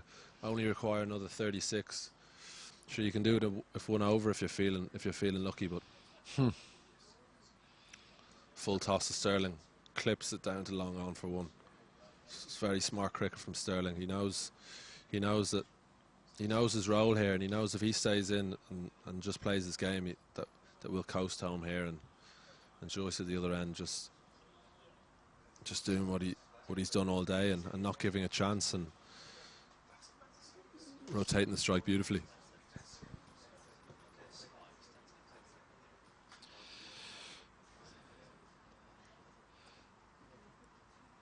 Balbo. Joyce certainly go down as one of the all-time great Irish cricketers. Yeah, I think so. I think I obviously wasn't around, you know, in the early years, but I think there's no doubt in it. I think if you ask anyone in Cricket Ireland or Irish cricket circles, they won't argue with you.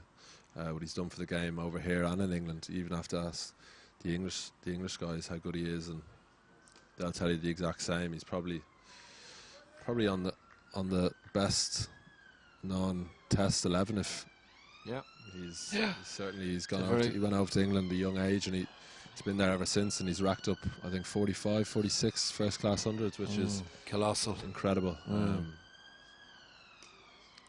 you know, from talking to him, he still has that fire in his belly to play for Ireland, and he's a very passionate Irishman, and he wants to move this, you know, Cricket Ireland forward. And as long as he's doing this for us, there's no way we can go backwards. And like I said earlier, guys are going to come into squads and they're going to learn so much off him, experience that, you know, other countries don't have, and we're very fortunate to have a player like that in our squad.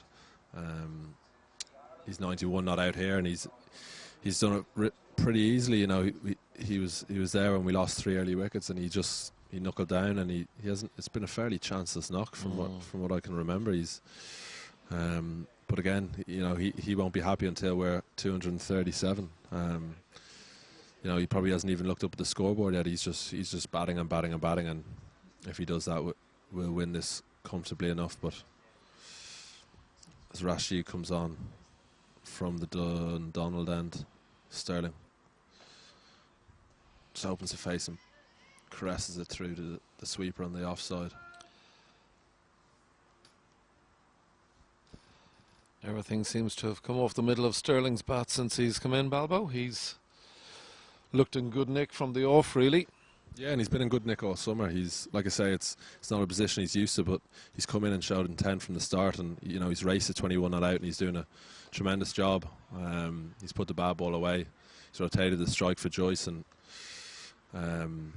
yeah, it's all very positive. Like I say, it's unknown territory, but he's doing a very good job at it, and just need him to stay there for a few more overs, and we should have this game.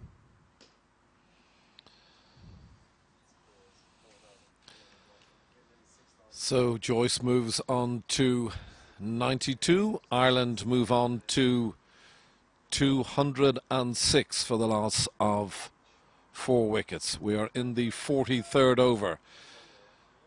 Remember, this is game 3 of a 5-match series. Ireland against Afghanistan. Lovely shot from Paul Sterling. Afghanistan lead 1-0 in the series. Ireland desperate to square the series up with a win here. Now require 30 runs in order to level the series. It's Ed Joyce on strike.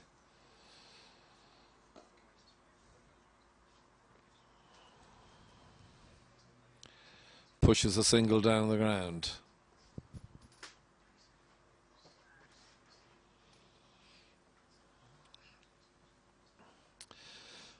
For those of you joining us via our live stream, can I bid you a very warm welcome this afternoon. It's great to have you here in such numbers.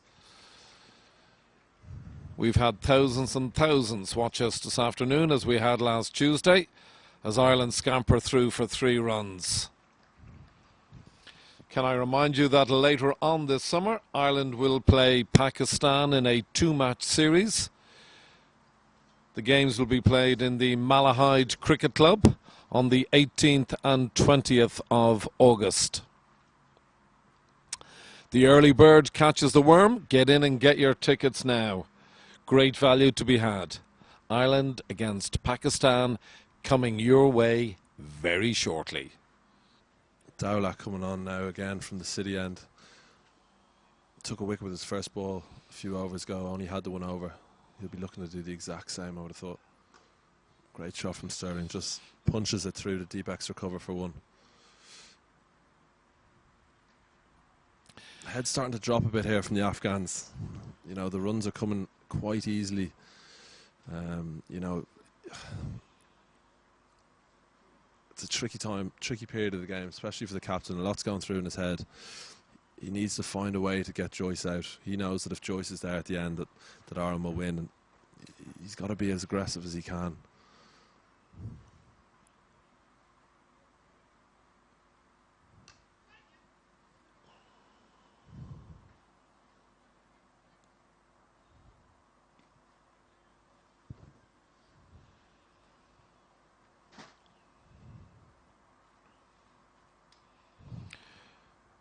Delighted to have Irish international Andrew Balbirnie with me this afternoon. Andrew just mentioned there a couple of minutes ago, it's a great weekend of sport, and can I remind you that we are bringing you all 5 games live on the Abbey Digital Production live stream. What a shot from Sterling. He is in the mood today. He's just picked that short ball up with ease and hit it well in front of square for 4. Not where you want it to be, not where you want to be bowling to Paul Sterling, no matter what time of the innings it is. He's in the mood today. Like I said, he's raced to 30. He's come in here from the off, put the bad ball away, and it's exactly what John Bracewell will want from him. Really, I tell you, he's played with enormous intent, Andy, since he's come in. Right from the off, he's been busy and productive.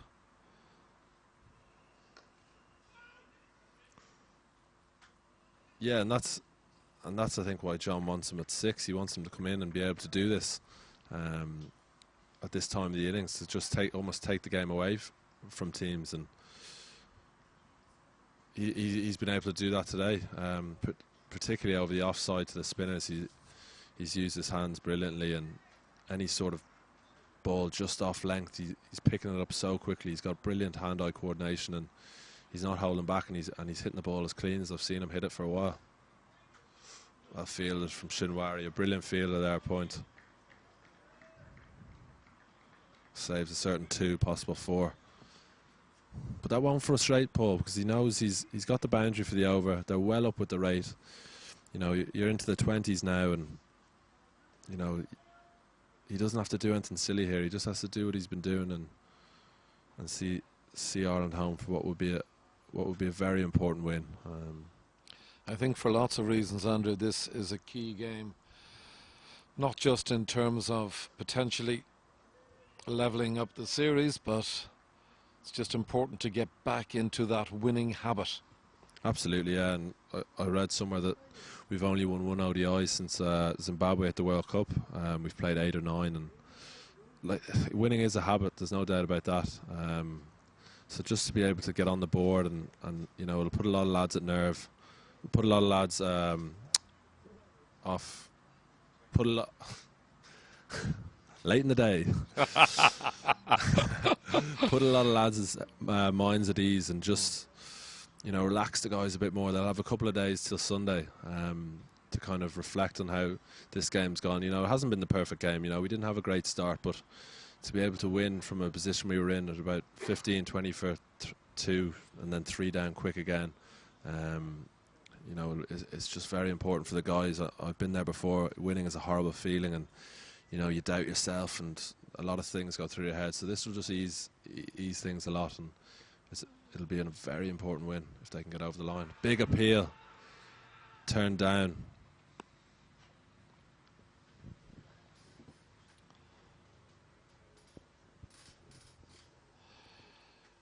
Yeah, as Balbo was just said there, it's a hugely important game for, not just for Ireland, but for Irish cricket, this. Ireland 217 for 4, requiring 20 for victory. Ed Joyce on strike, Ed Joyce on 94, Paul Stirling on 30.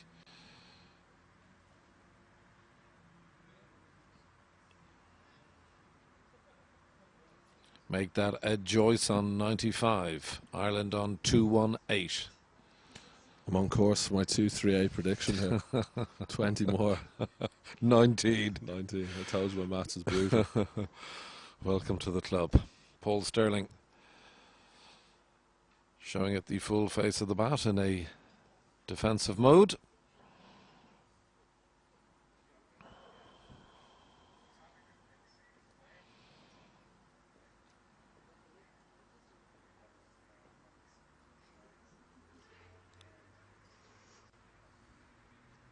Good delivery. Varying his pace nicely here.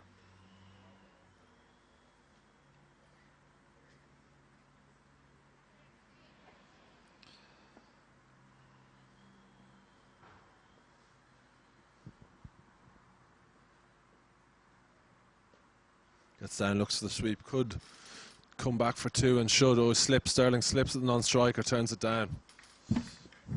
Good call, I think. Good call. Yeah, good call. Better safe than sorry at this Yeah. stage. No risk needed. Yeah. Bambi on ice, Sterling there. Wouldn't have the best turn and go, but like I said, he doesn't need to risk anything.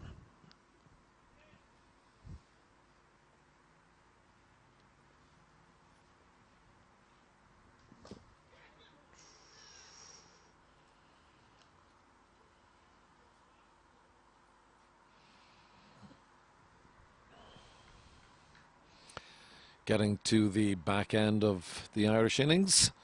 45 overs now bowled. Ireland 219. Looking for a further 18 runs.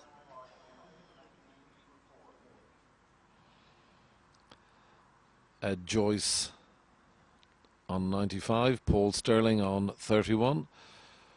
Paul Stirling calling to the Irish dugout, not sure what he's looking for. Waving his hand, not sure whether he's looking for new gloves or... Usually gloves with Paul. There aren't many sweatier men in world cricket. Even on a cold evening in Stormont, he'd be sweating buckets. Always bats in a jumper. I can never understand. If we're out in Dubai, 35, 40 degrees, he'll go out in a jumper. Always baffles me, but it's worked for him so far. Obviously likes a good sweat. Yeah.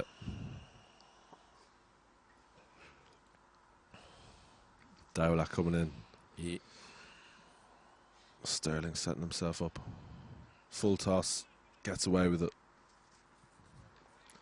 the dangerous low full toss. But like I said before, there's no need to panic. We've still got 29 balls. They will get bad balls, and you know they're both set batsmen at this stage, so they'll put it away. So no need to do anything too rash. Just need to see it home at this stage. Paul Stirling on strike. Aerial again, but straight down the ground, gets away with it for one. Cries of catcher, but it was never really close enough to Ashgar there for an attempt.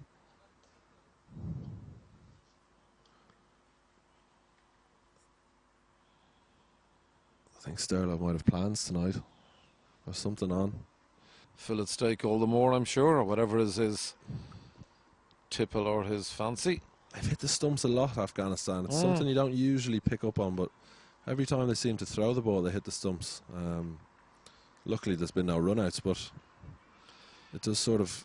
You do pick up on those sort of things, and which one's right-handed, who's left-handed, and they've been very accurate with their hits. Let's hope that they don't come into play this evening. Paul Stirling's favourite dinner after cricket, Balbo? Are we talking steak, a Chinese, bit of Indian? What does he like? I think a chicken Caesar salad. That's the safe answer. I couldn't possibly reveal what he has post-game. Okay. Might try and get it out of you on Sunday. I'll keep probing. Sushi. Whenever we lived together in London, we'd always kind of find ourselves in a sushi house. Oh. Kind of like a bit of sushi myself, to tell you the truth. That's good. Yeah. Wasn't sure whether you said Susie or sushi there, but I'm glad it was the latter. 220 for 4. Ireland requires 17 runs for victory. We are in the 46th over. Ed Joyce, 95. Paul Stirling, 32. Ireland 1-0 down in the series. Lots to play for. Crucial game this. We're in the Civil Service North of Ireland Cricket Club.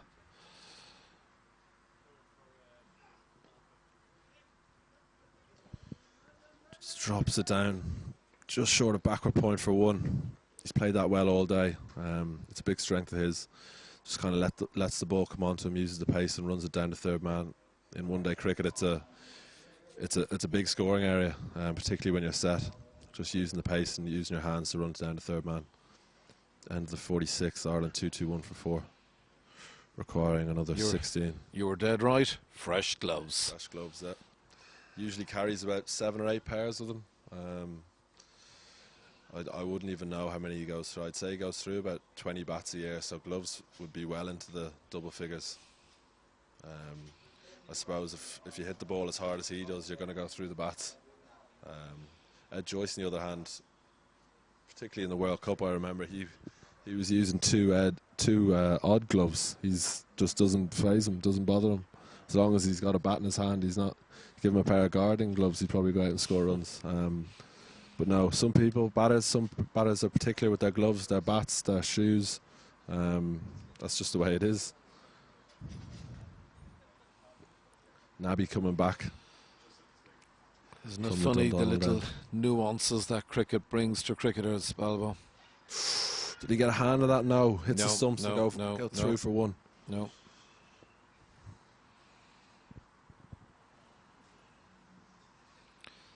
So what are your, prior to you going out to bat, any particular habits? Left pad is always on first, but I think quite a lot of batsmen do that. I've had a few superstitions over the years. I used to when I walk out, I turn over my left shoulder and look up to the sky for some reason. I'm not particularly looking at anything, but kind of looks good. It does look good, yeah. No, nothing really peculiar. Smashed out to deep cover again by Sterling. He's favoured that shot today, particularly off the spinners, using his hands and using that width to just smash it out to the deep cover boundary. No, not particularly. Nothing out of the ordinary. I've played with a few guys who tape bats to the roof, do all sorts. Don't wear socks. Paul Sterling being one of them when we were underage, but no, nothing peculiar. Okay. Now that I think of it.